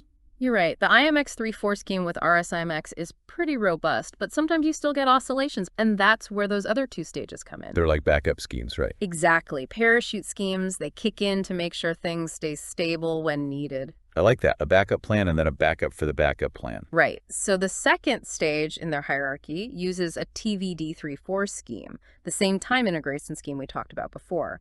But this time it's paired with a different spatial discretization. Ah, so they're switching up how they handle those spatial derivatives. Precisely. This new spatial discretization is still tailored for low Mach number flows. But it's even tougher when it comes to preventing those oscillations. But there must be some really extreme situations where even that second stage isn't enough. You're right. That's where the final parachute scheme comes in. So what do they do? They use the TVD 3-4 scheme again, but this time it's combined with a first-order upwind spatial discretization. A first-order upwind scheme. That's like going back to basics, right? Kind of. But it's known for its stability. Yeah. Especially when you have those strong shocks or discontinuities. It's like the emergency brake. Exactly. It might not be the most accurate, but it'll definitely keep things from blowing up. So they have this system where they start with the high-order scheme, and if things start getting wobbly... They switch to the more stable parachute schemes seamlessly. That's so clever. I love how they've built in this adaptability. So how does this all work when they actually apply it to fluid dynamics problems? What kind of tests did they do? They started with Riemann problems, a classic in computational fluid dynamics. Riemann problems. Those are the ones where you set up an initial condition with a discontinuity and then watch how it evolves, right? Exactly. They're like mini experiments for testing how well a scheme handles those sharp transitions. Perfect for this. So how many Riemann problems did they test? They chose 3, each designed to highlight a different strength of the scheme. Okay, tell me about the first one. The first one focused on those super fast acoustic waves that we talked about earlier. The ones that travel at the speed of sound. Exactly. They wanted to see if the scheme could accurately track those waves, especially in those low Mach number flows where the waves zip around much faster than the fluid itself. Because if a scheme can't keep up with those speeds, it'll probably give you some weird results, right? Exactly. They ran simulations at 2 different Mach numbers, one, which is transonic flow, and 10 Ach, a very low Mach number flow. Okay. And for each Mach number, they tried both an acoustic CFL condition. Which forces you to take those super tiny time steps. Right. And a material CFL condition, which is much less restrictive. You can see the results in Figure 6 of the paper. So what did they see? Did the schemes behave as expected? When they used the acoustic CFL condition, both the high-order scheme and the mood scheme produced really accurate results for both Mach numbers, which makes sense because those tiny time steps let them keep up with those fast waves. But here's the interesting part. The mood scheme also stayed stable and gave reasonably accurate results even when they used the material CFL condition. Wow. So even though those waves were moving really fast, the mood scheme was able to handle them without needing to take those super small time steps. Exactly. And that's a big win for efficiency. In many simulations, we are mainly interested in the big picture, like how vortices form or how the flow interacts with boundaries. We don't always need to know every tiny detail of those super fast waves. Right. So being able to take those larger time steps can save a lot of computation time without sacrificing too much accuracy in the stuff we really care about. I see. So that flexibility in choosing the CFL condition is a major plus for the mood approach. Absolutely. Now, for the second Riemann problem, they focused on something called material waves. Material waves. Refresh my memory. What are those again? Sure, material waves travel at the speed of the fluid, unlike acoustic waves, which travel at the speed of sound. Ah, so in low Mach number flows, those material waves are crawling compared to those speedy acoustic waves. Exactly. So this test was all about making sure the scheme could accurately track those slow-moving features without getting tripped up by the need to resolve the much faster sound waves. Got it. So did the scheme pass the test? It did. They set up the initial conditions to create a shear wave, which is a type of material wave where layers of fluid slide past each other. I can picture that, like those geological fault lines where the plates are moving in opposite directions. Great analogy. And the results are in Figure 7. Even for that low Mach number case, the mood scheme did a great job capturing the shear wave. And the solution was nice and sharp without all that numerical diffusion that can blur out important details. So the scheme can handle both those super fast acoustic waves and those slower material waves. Pretty versatile. So what about the third Riemann problem? What do they throw at it? The third one was a two-dimensional circular explosion problem. It's a much tougher test because it involves strong shock waves and rarefaction waves. Those are areas where the fluid density and pressure change really suddenly. And shock waves can cause all sorts of problems for numerical methods, right? Like those oscillations we talked about earlier. Exactly. This test was designed to really push the scheme to its limits. I did too. It did amazing. Figure 8 shows the results. The mood scheme accurately captured the expanding shock front without any of those crazy overshoots or oscillations that you might see with a less robust scheme. So it was able to maintain that balance between accuracy and stability. Exactly. The mood strategy was really shining here. It seamlessly switched to those parachute schemes whenever things started getting dicey near those strong shocks. So we're seeing how that adaptability really pays off. In the smooth parts of the flow, the high-order scheme is in control, giving us the most accurate solution possible. But as soon as those shocks start forming, The parachute schemes swoop in to save the day. love it. It's like a well-coordinated team. Yeah. Okay, so we've talked about those Riemann problems, which were all about how the scheme handles discontinuities. What other kinds of tests did they do? They moved on to the double shear layer problem. It's a classic test for seeing how well a scheme handles low Mach number flows. Why is that particular problem so important for testing these low Mach number schemes? Well, as the Mach number goes towards 0, the solution to those compressible Euler equations should start to look like the solution to the incompressible Euler equations. You know, the ones that describe the flow of fluids that can't be compressed? Right, like water? Exactly. The double shear layer problem is specifically designed to test how a compressible flow solver, like the ones we're talking about, behaves as we approach that incompressible limit. So it's like checking if the scheme breaks down or starts giving you crazy results as we get closer to that point where the Mach number vanishes. Precisely. It's all about making sure the scheme is behaving the way it should as we approach that limit. And the mood scheme aced this test. The density, which should theoretically become constant in the incompressible limit, converged to the right value as they lowered the Mach number. You can see this in Figure 10. They also showed how the vorticity field calculated using the mood scheme compared to a reference solution obtained with a solver specifically designed for incompressible flows, right? Yes. And the two solutions matched up beautifully, which gives us even more confidence that the mood scheme is capturing the physics correctly, even at those very low Mach numbers where compressibility effects become negligible. That's awesome. The scheme is passing all these tests with flying colors. Yeah. Like any more challenges they threw at it? One more. They finished up with a stationary isentropic vortex problem. This one's great because it has a known exact solution. Ah, so we can really get a precise measure of how accurate the scheme is, unlike those Riemann problems where we were mostly focused on the qualitative behavior of the solution. Exactly. And since the vortex solution is nice and smooth, it's perfect for assessing the order of accuracy of the scheme. So this one should be right up the mood scheme's alley. It was. And the results are in Figure 11.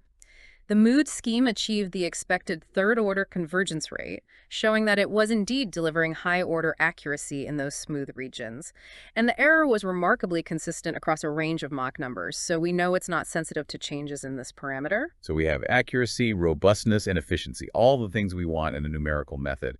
This TVD mood approach is really shaping up to be something special. I agree. And the authors highlight that all the work they put into developing that TVD3 scheme with those finely tuned parameters really paid off. They created a scheme that's not only stable and efficient, but also super accurate. It's a testament to how powerful math can be for solving real-world problems. This deep dive has been incredible.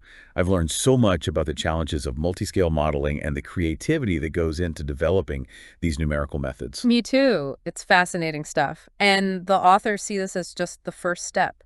They believe these techniques can be extended to even more complex systems beyond just fluid dynamics. That's exciting. Imagine applying these TVD mood schemes to astrophysics, climate modeling, or even financial markets. The possibilities are endless. I'll leave you with a question to ponder. How could we adapt these techniques to not only handle those sudden jumps or discontinuities in a solution, but also those more subtle, continuous changes that we see in so many real-world systems? That's a great question. Thanks so much for guiding us through this deep dive. I feel like I have a much better understanding of these TVD mood schemes now. It was my pleasure. And to our listeners, if you have any questions or thoughts, please don't hesitate to reach out. We're always happy to chat.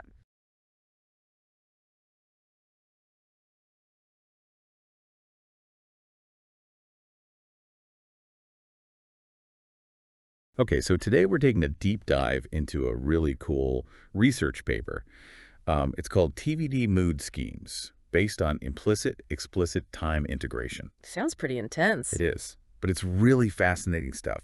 We're going to be talking about numerical methods specifically for equations that have what we call multi-scale behavior. Multi-scale. Yeah, think of it like trying to model a wave crashing on the beach. You've got the large-scale motion of the wave itself, but then you also have all these tiny little droplets spraying around, moving super fast. Right, so you have these different parts of the system that are evolving at totally different speeds. Exactly. And that makes it really tough to create computer simulations that are both accurate and stable, especially when things get, well, kind of jumpy. Discontinuous, yeah. So that's the big question here.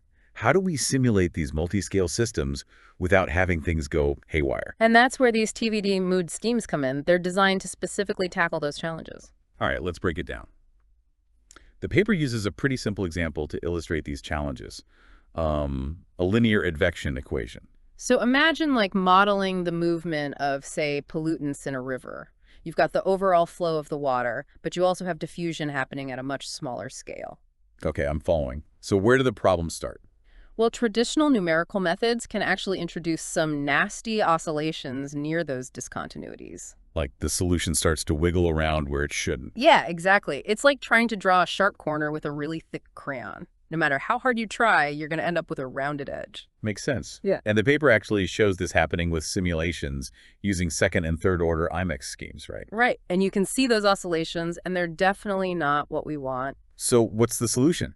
How do we get rid of those wiggles? That's where the TVD schemes come in. TVD stands for total variation diminishing, and they're specifically designed to enforce stability in those tricky areas. So they basically act like a filter, smoothing out those oscillations. You could think of it that way. But there's a catch. Oh, there's always a catch. There is a famous result by Gottlieb, Shu, and Tadmore. It basically says that any unconditionally stable TVD scheme can only be first-order accurate at best. Wait, so we trade those oscillations for lower accuracy.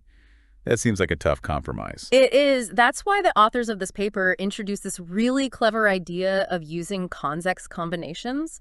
They basically blend a first-order TVD scheme, which is stable but not super accurate, with a higher-order one that's more accurate but can be less stable. Oh, so it's like finding a middle ground. We mix a little bit of both to get the best of both worlds. Exactly. And the paper goes into a lot of detail about how to carefully adjust this blend. They introduce these mixing parameters which control how much of each scheme we use at any given point. I'm guessing that's where things start to get really mathy. It does get a bit technical. They derive some pretty rigorous conditions on those mixing parameters to make sure the whole thing stays stable. But the key is that by carefully choosing these parameters, we can get a scheme that's both stable and accurate. All right, so we're getting a handle on those oscillations. But what about that multi-scale aspect we talked about earlier? How does that fit in? Well, here's where it gets really interesting. The researchers actually show that this convex combination approach allows us to use a time step that's based solely on the slower part of the system. So we don't have to worry about those tiny, fast-moving parts dictating how small our time steps need to be. Exactly. That's a huge win for computational efficiency because it means we can simulate these systems much faster. That's awesome. So we've got a way to handle both the oscillations and the multi-scale challenges.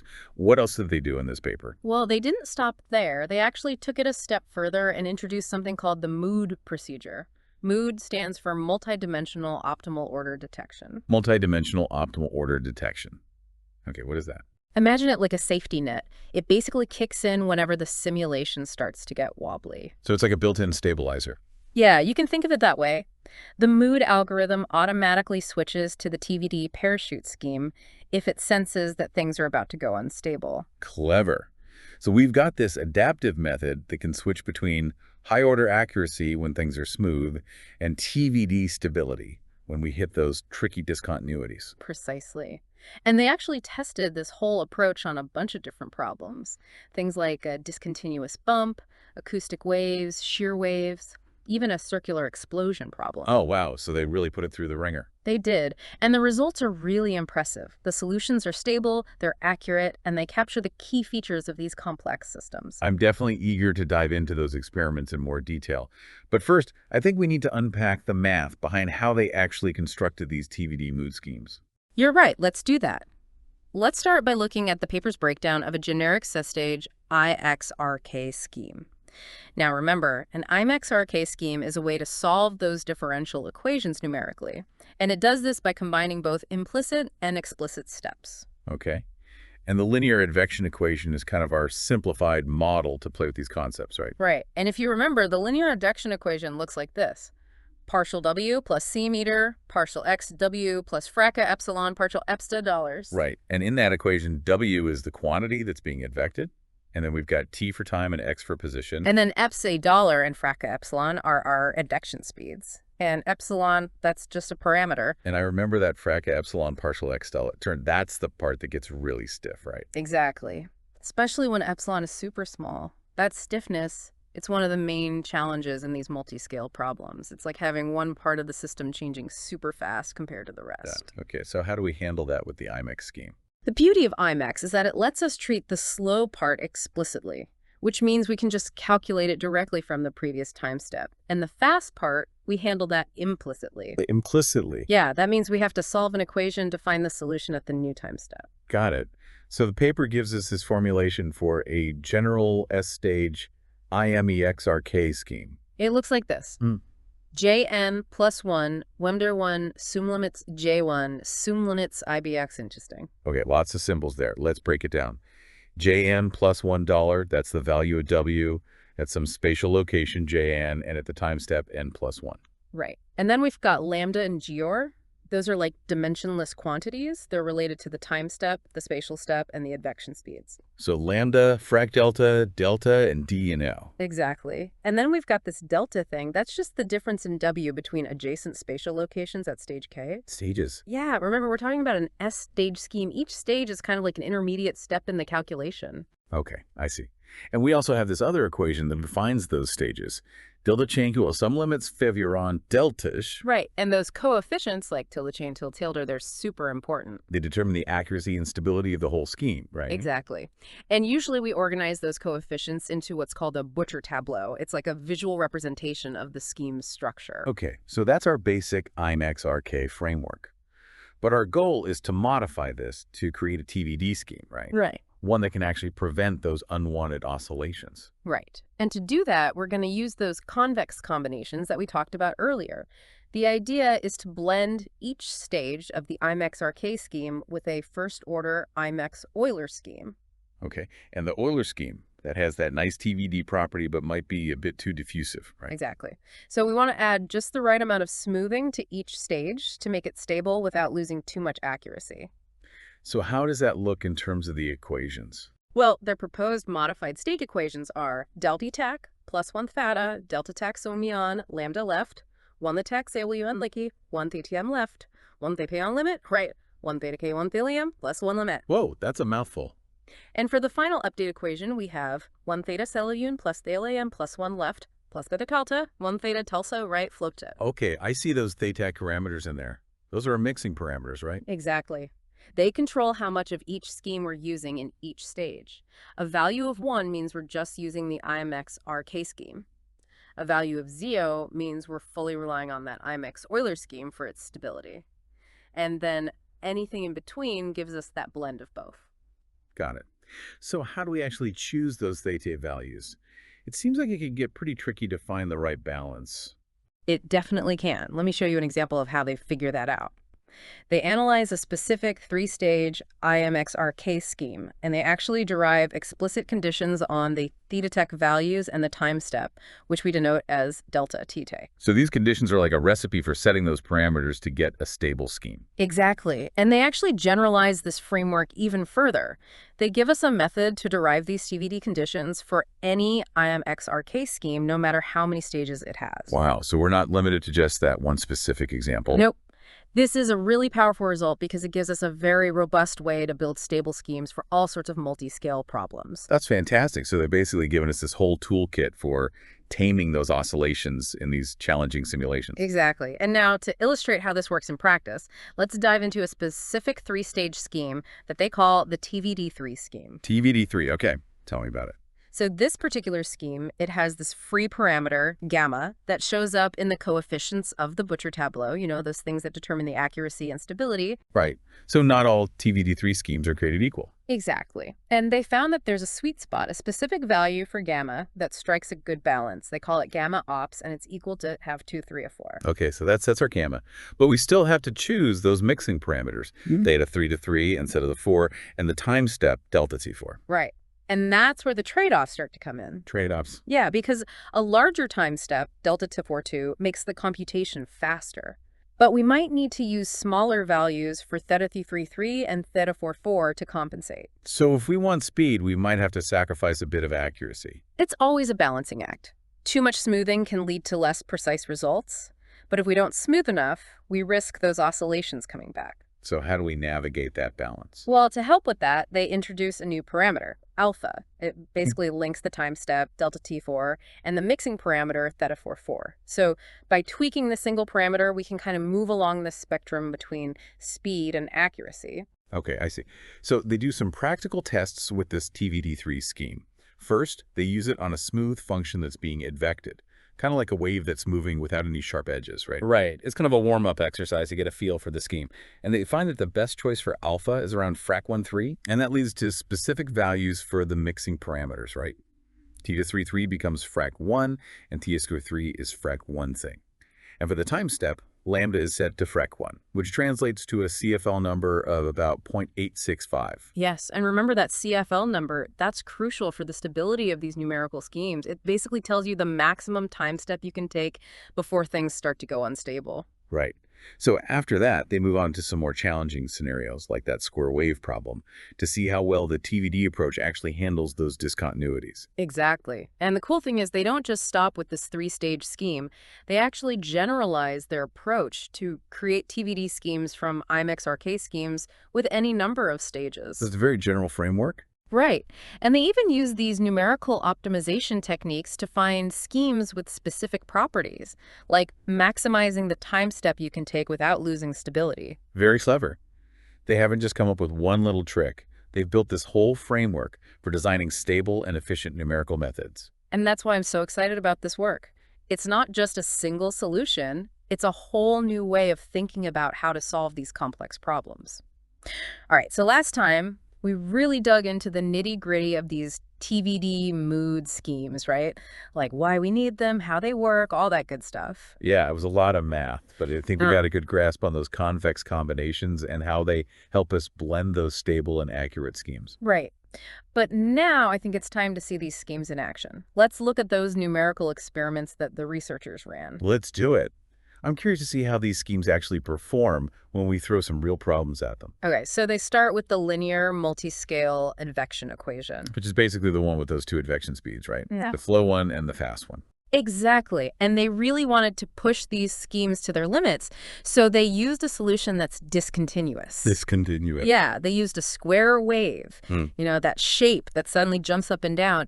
It's really tough for traditional numerical methods to handle that without creating all sorts of weird oscillations. Right, those oscillations we talked about earlier. Yeah, exactly. So this is like the ultimate test. Can these schemes handle those sudden jumps without falling apart? I like it, a stress test for numerical methods. Yeah. So what schemes did they test? Well, they tested their new TVD schemes, of course, Yeah. the TVD3 and TVD3-4, but they also compared them against a bunch of other well-established schemes, like like IMEX1, IMEX3, ARSET233, and CGGS3. Just a quick reminder for our listeners, what do all those acronyms stand for again? Sure. IMEX1, that's our basic first-order IMEX scheme. It's kind of our baseline. IMEX3, that's a third-order scheme, so it's more accurate, but it doesn't have those built-in TVD properties. ARS233 is a popular one. It's L-stable, which means it has good stability properties, but as we'll see, it still struggles with those oscillations. And then CGGS3, that's a third-order, strong stability-preserving scheme.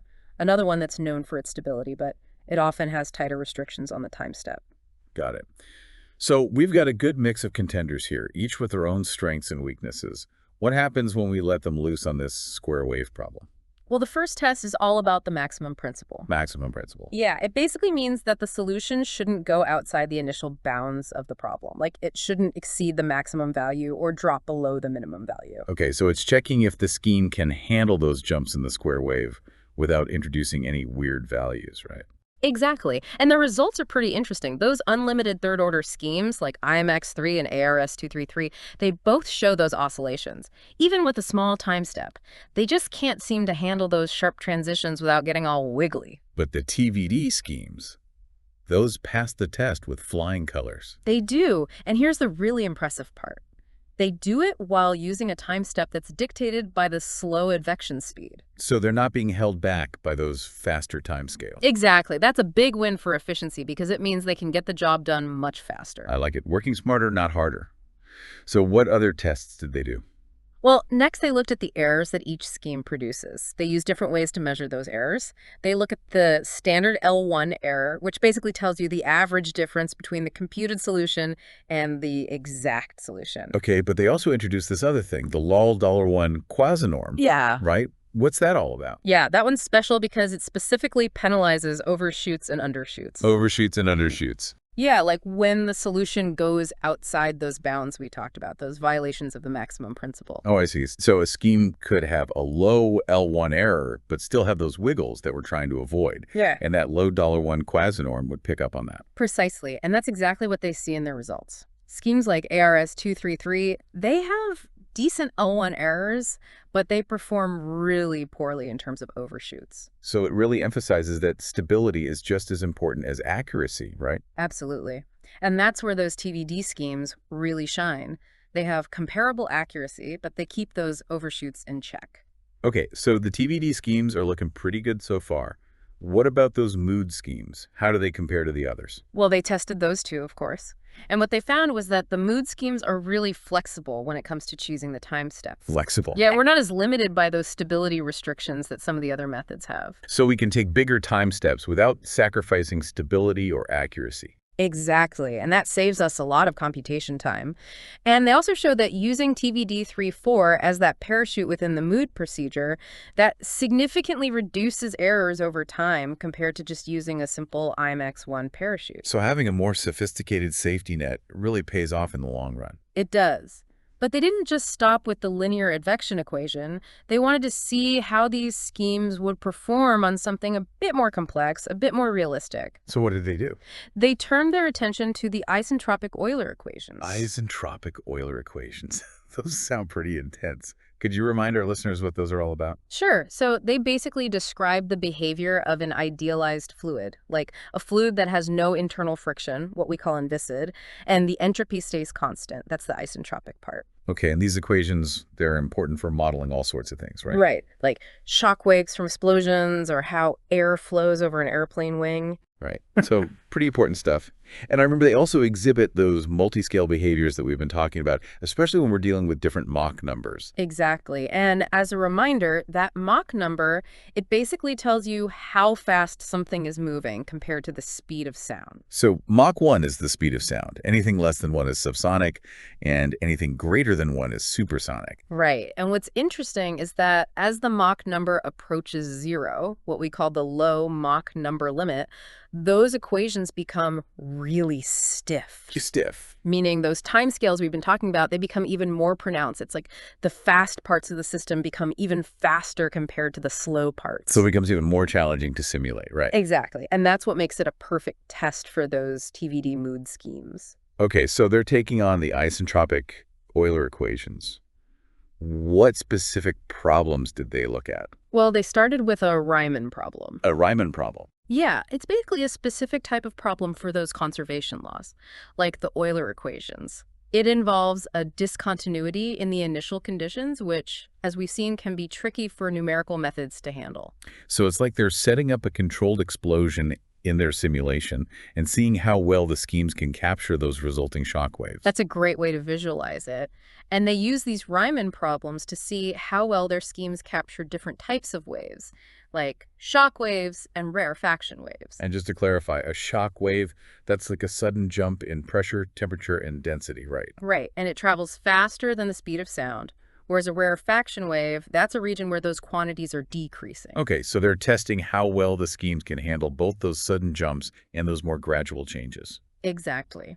And they test them at different Mach numbers, so they cover both the compressible regime, where the Mach number is relatively high, and the nearly incompressible regime, where the Mach number is very low. So what did they find? Well, they found that their mood scheme, even with a time step based on that slow material speed, it still captures the overall solution really well. So it's not getting bogged down by those fast acoustic waves. Exactly. Now, the fine details of those fast waves might be a bit smeared out, but the overall structure of the waves is preserved. Okay. And what happens if they use a time step based on the acoustic wave speed? Then they can resolve those finer details much better. It's really a trade-off between computational cost and how much detail you need. Makes sense. What other problems did they look at? Well, next they tackled a Riemann problem that involves a shear wave. A shear wave. Yeah, it's a type of wave that moves sideways, kind of like a snake slithering along. Oh, okay, I get it. And they showed that their scheme can accurately capture that shear wave, even with pretty large time steps. So those TVD mood schemes, they're really proving themselves to be quite versatile, huh? They are, but they wanted to push them even further. So they took on this really challenging problem, a circular explosion problem. A circular explosion. Sounds intense. It is. So they basically set up this circular region with high density, and it's surrounded by a region with low density. So like a bomb going off. Kind of. And this problem is tricky because you have shock waves propagating in all directions, interacting with each other, creating all these complex flow patterns. It really tests the scheme's ability to handle those discontinuities and interactions. Okay, so they light the fuse. What happens? Well, as you might expect, you get this big shock wave that forms, and they compared their mood scheme against IMEX 1, IMEX 3, 4, and this really accurate reference solution that they got using a different numerical method. So they have a benchmark to compare against. Exactly. And what they found was that IMEX 1, well, it's stable, but it's pretty diffusive. Diffusive meaning. Meaning that the shock wave gets kind of smeared out as it traveled. Okay. And IMX 3, 4. That one was more accurate in the smoother regions, but it showed some overshoots near the shock wave. Meaning it was struggling with stability. Right.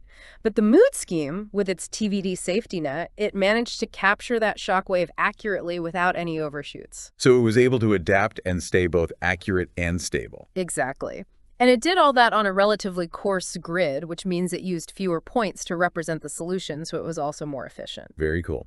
Did they also look at how the scheme performed in that nearly incompressible regime? You know, where the Mach number is really low? They did. They simulated something called a double shear layer. A double shear layer. Yeah, it's basically like having two streams of fluid moving at different speeds, and that creates this vortex-like structure. Oh, okay. And they compared their mood scheme against a reference solution that they got by solving the incompressible Euler equations, which are like simplified equations that apply when the Mach number is close to 0. So they're comparing their approach to a well-established model for that type of flow. Right.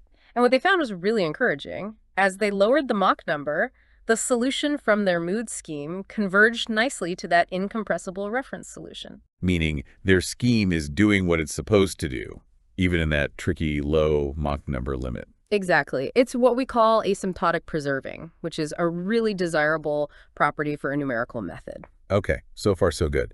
It sounds like these TVD mood schemes are holding up really well. What else did they test? Well, just to round things out, they considered one final test case, a stationary isentropic vortex. A vortex like a whirlpool. Right. And stationary means it's not moving. So Picture a swirling flow of fluid that's just sitting there in space. Okay, and they use this to show that their scheme achieves that high-order accuracy we want in those smooth regions, right? Exactly. And they also compared it against another scheme, the ARS mood scheme, which uses that ARS 233 scheme as the high-order method within the mood framework. And how do they compare?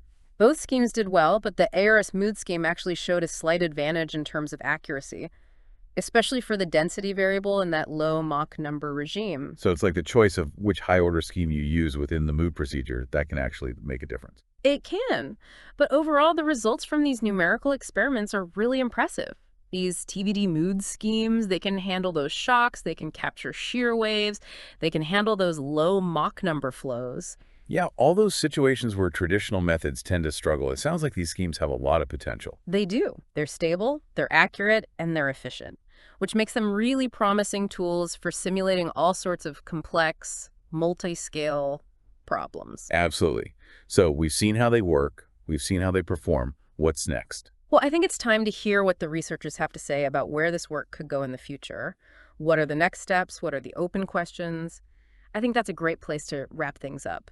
All right, so we've covered a lot of ground with these TVD mood schemes. We've seen how they work, we've seen them in action. What's next? Where do we go from here? Well, the researchers actually point to some really interesting directions for future work. One thing they highlight is the treatment of those implicit spatial derivatives. Implicit spatial derivatives. Yeah, remember how we talked about how the IMEX scheme handles those stiff terms implicitly? Right. Well, in their current implementation, they used a pretty simple first-order upwind scheme for those terms. Okay. And why is that? Mostly for practical reasons. It avoids having to solve these really complicated nonlinear systems, which can be computationally expensive. So it's a trade-off between accuracy and efficiency. Exactly. Yeah. And they suggest that in the future, it would be worth exploring higher order methods for those implicit derivatives, maybe even methods that have that TVD property themselves. Yeah, so we could potentially squeeze even more accuracy out of these schemes. We could, but it would definitely be more challenging from a computational perspective. Makes sense. What other future directions did they mention? Well, they also briefly touched on this idea of generalizing this whole convex combination approach to other types of numerical methods. So not just IMEX RK schemes. Right. Like, what if we could apply these same ideas to other methods that are out there? It would be like taking those core principles of blending stable and accurate schemes and expanding them to a whole new set of tools. Exactly. And that could open up all sorts of possibilities for solving even more complex problems. That's exciting. Well, I think we've reached the end of our deep dive into TVD mood schemes. We've covered a lot of ground, from the theoretical underpinnings to the practical implementations, and even some glimpses into the future. It's been a fascinating journey.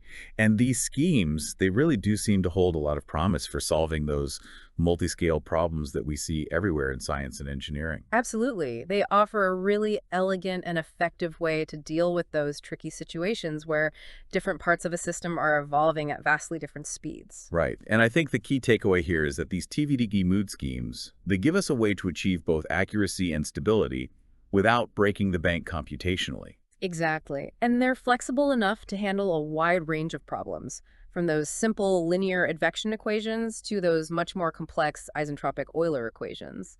And with those future directions that the researchers outlined, it seems like there's still a lot of exciting work to be done in this area. Definitely. It'll be interesting to see how this field evolves and what new applications these schemes find. Well, that's it for this deep dive. Thanks for joining us. Until next time, keep exploring, stay curious, and we'll see you on our next adventure into the world of knowledge.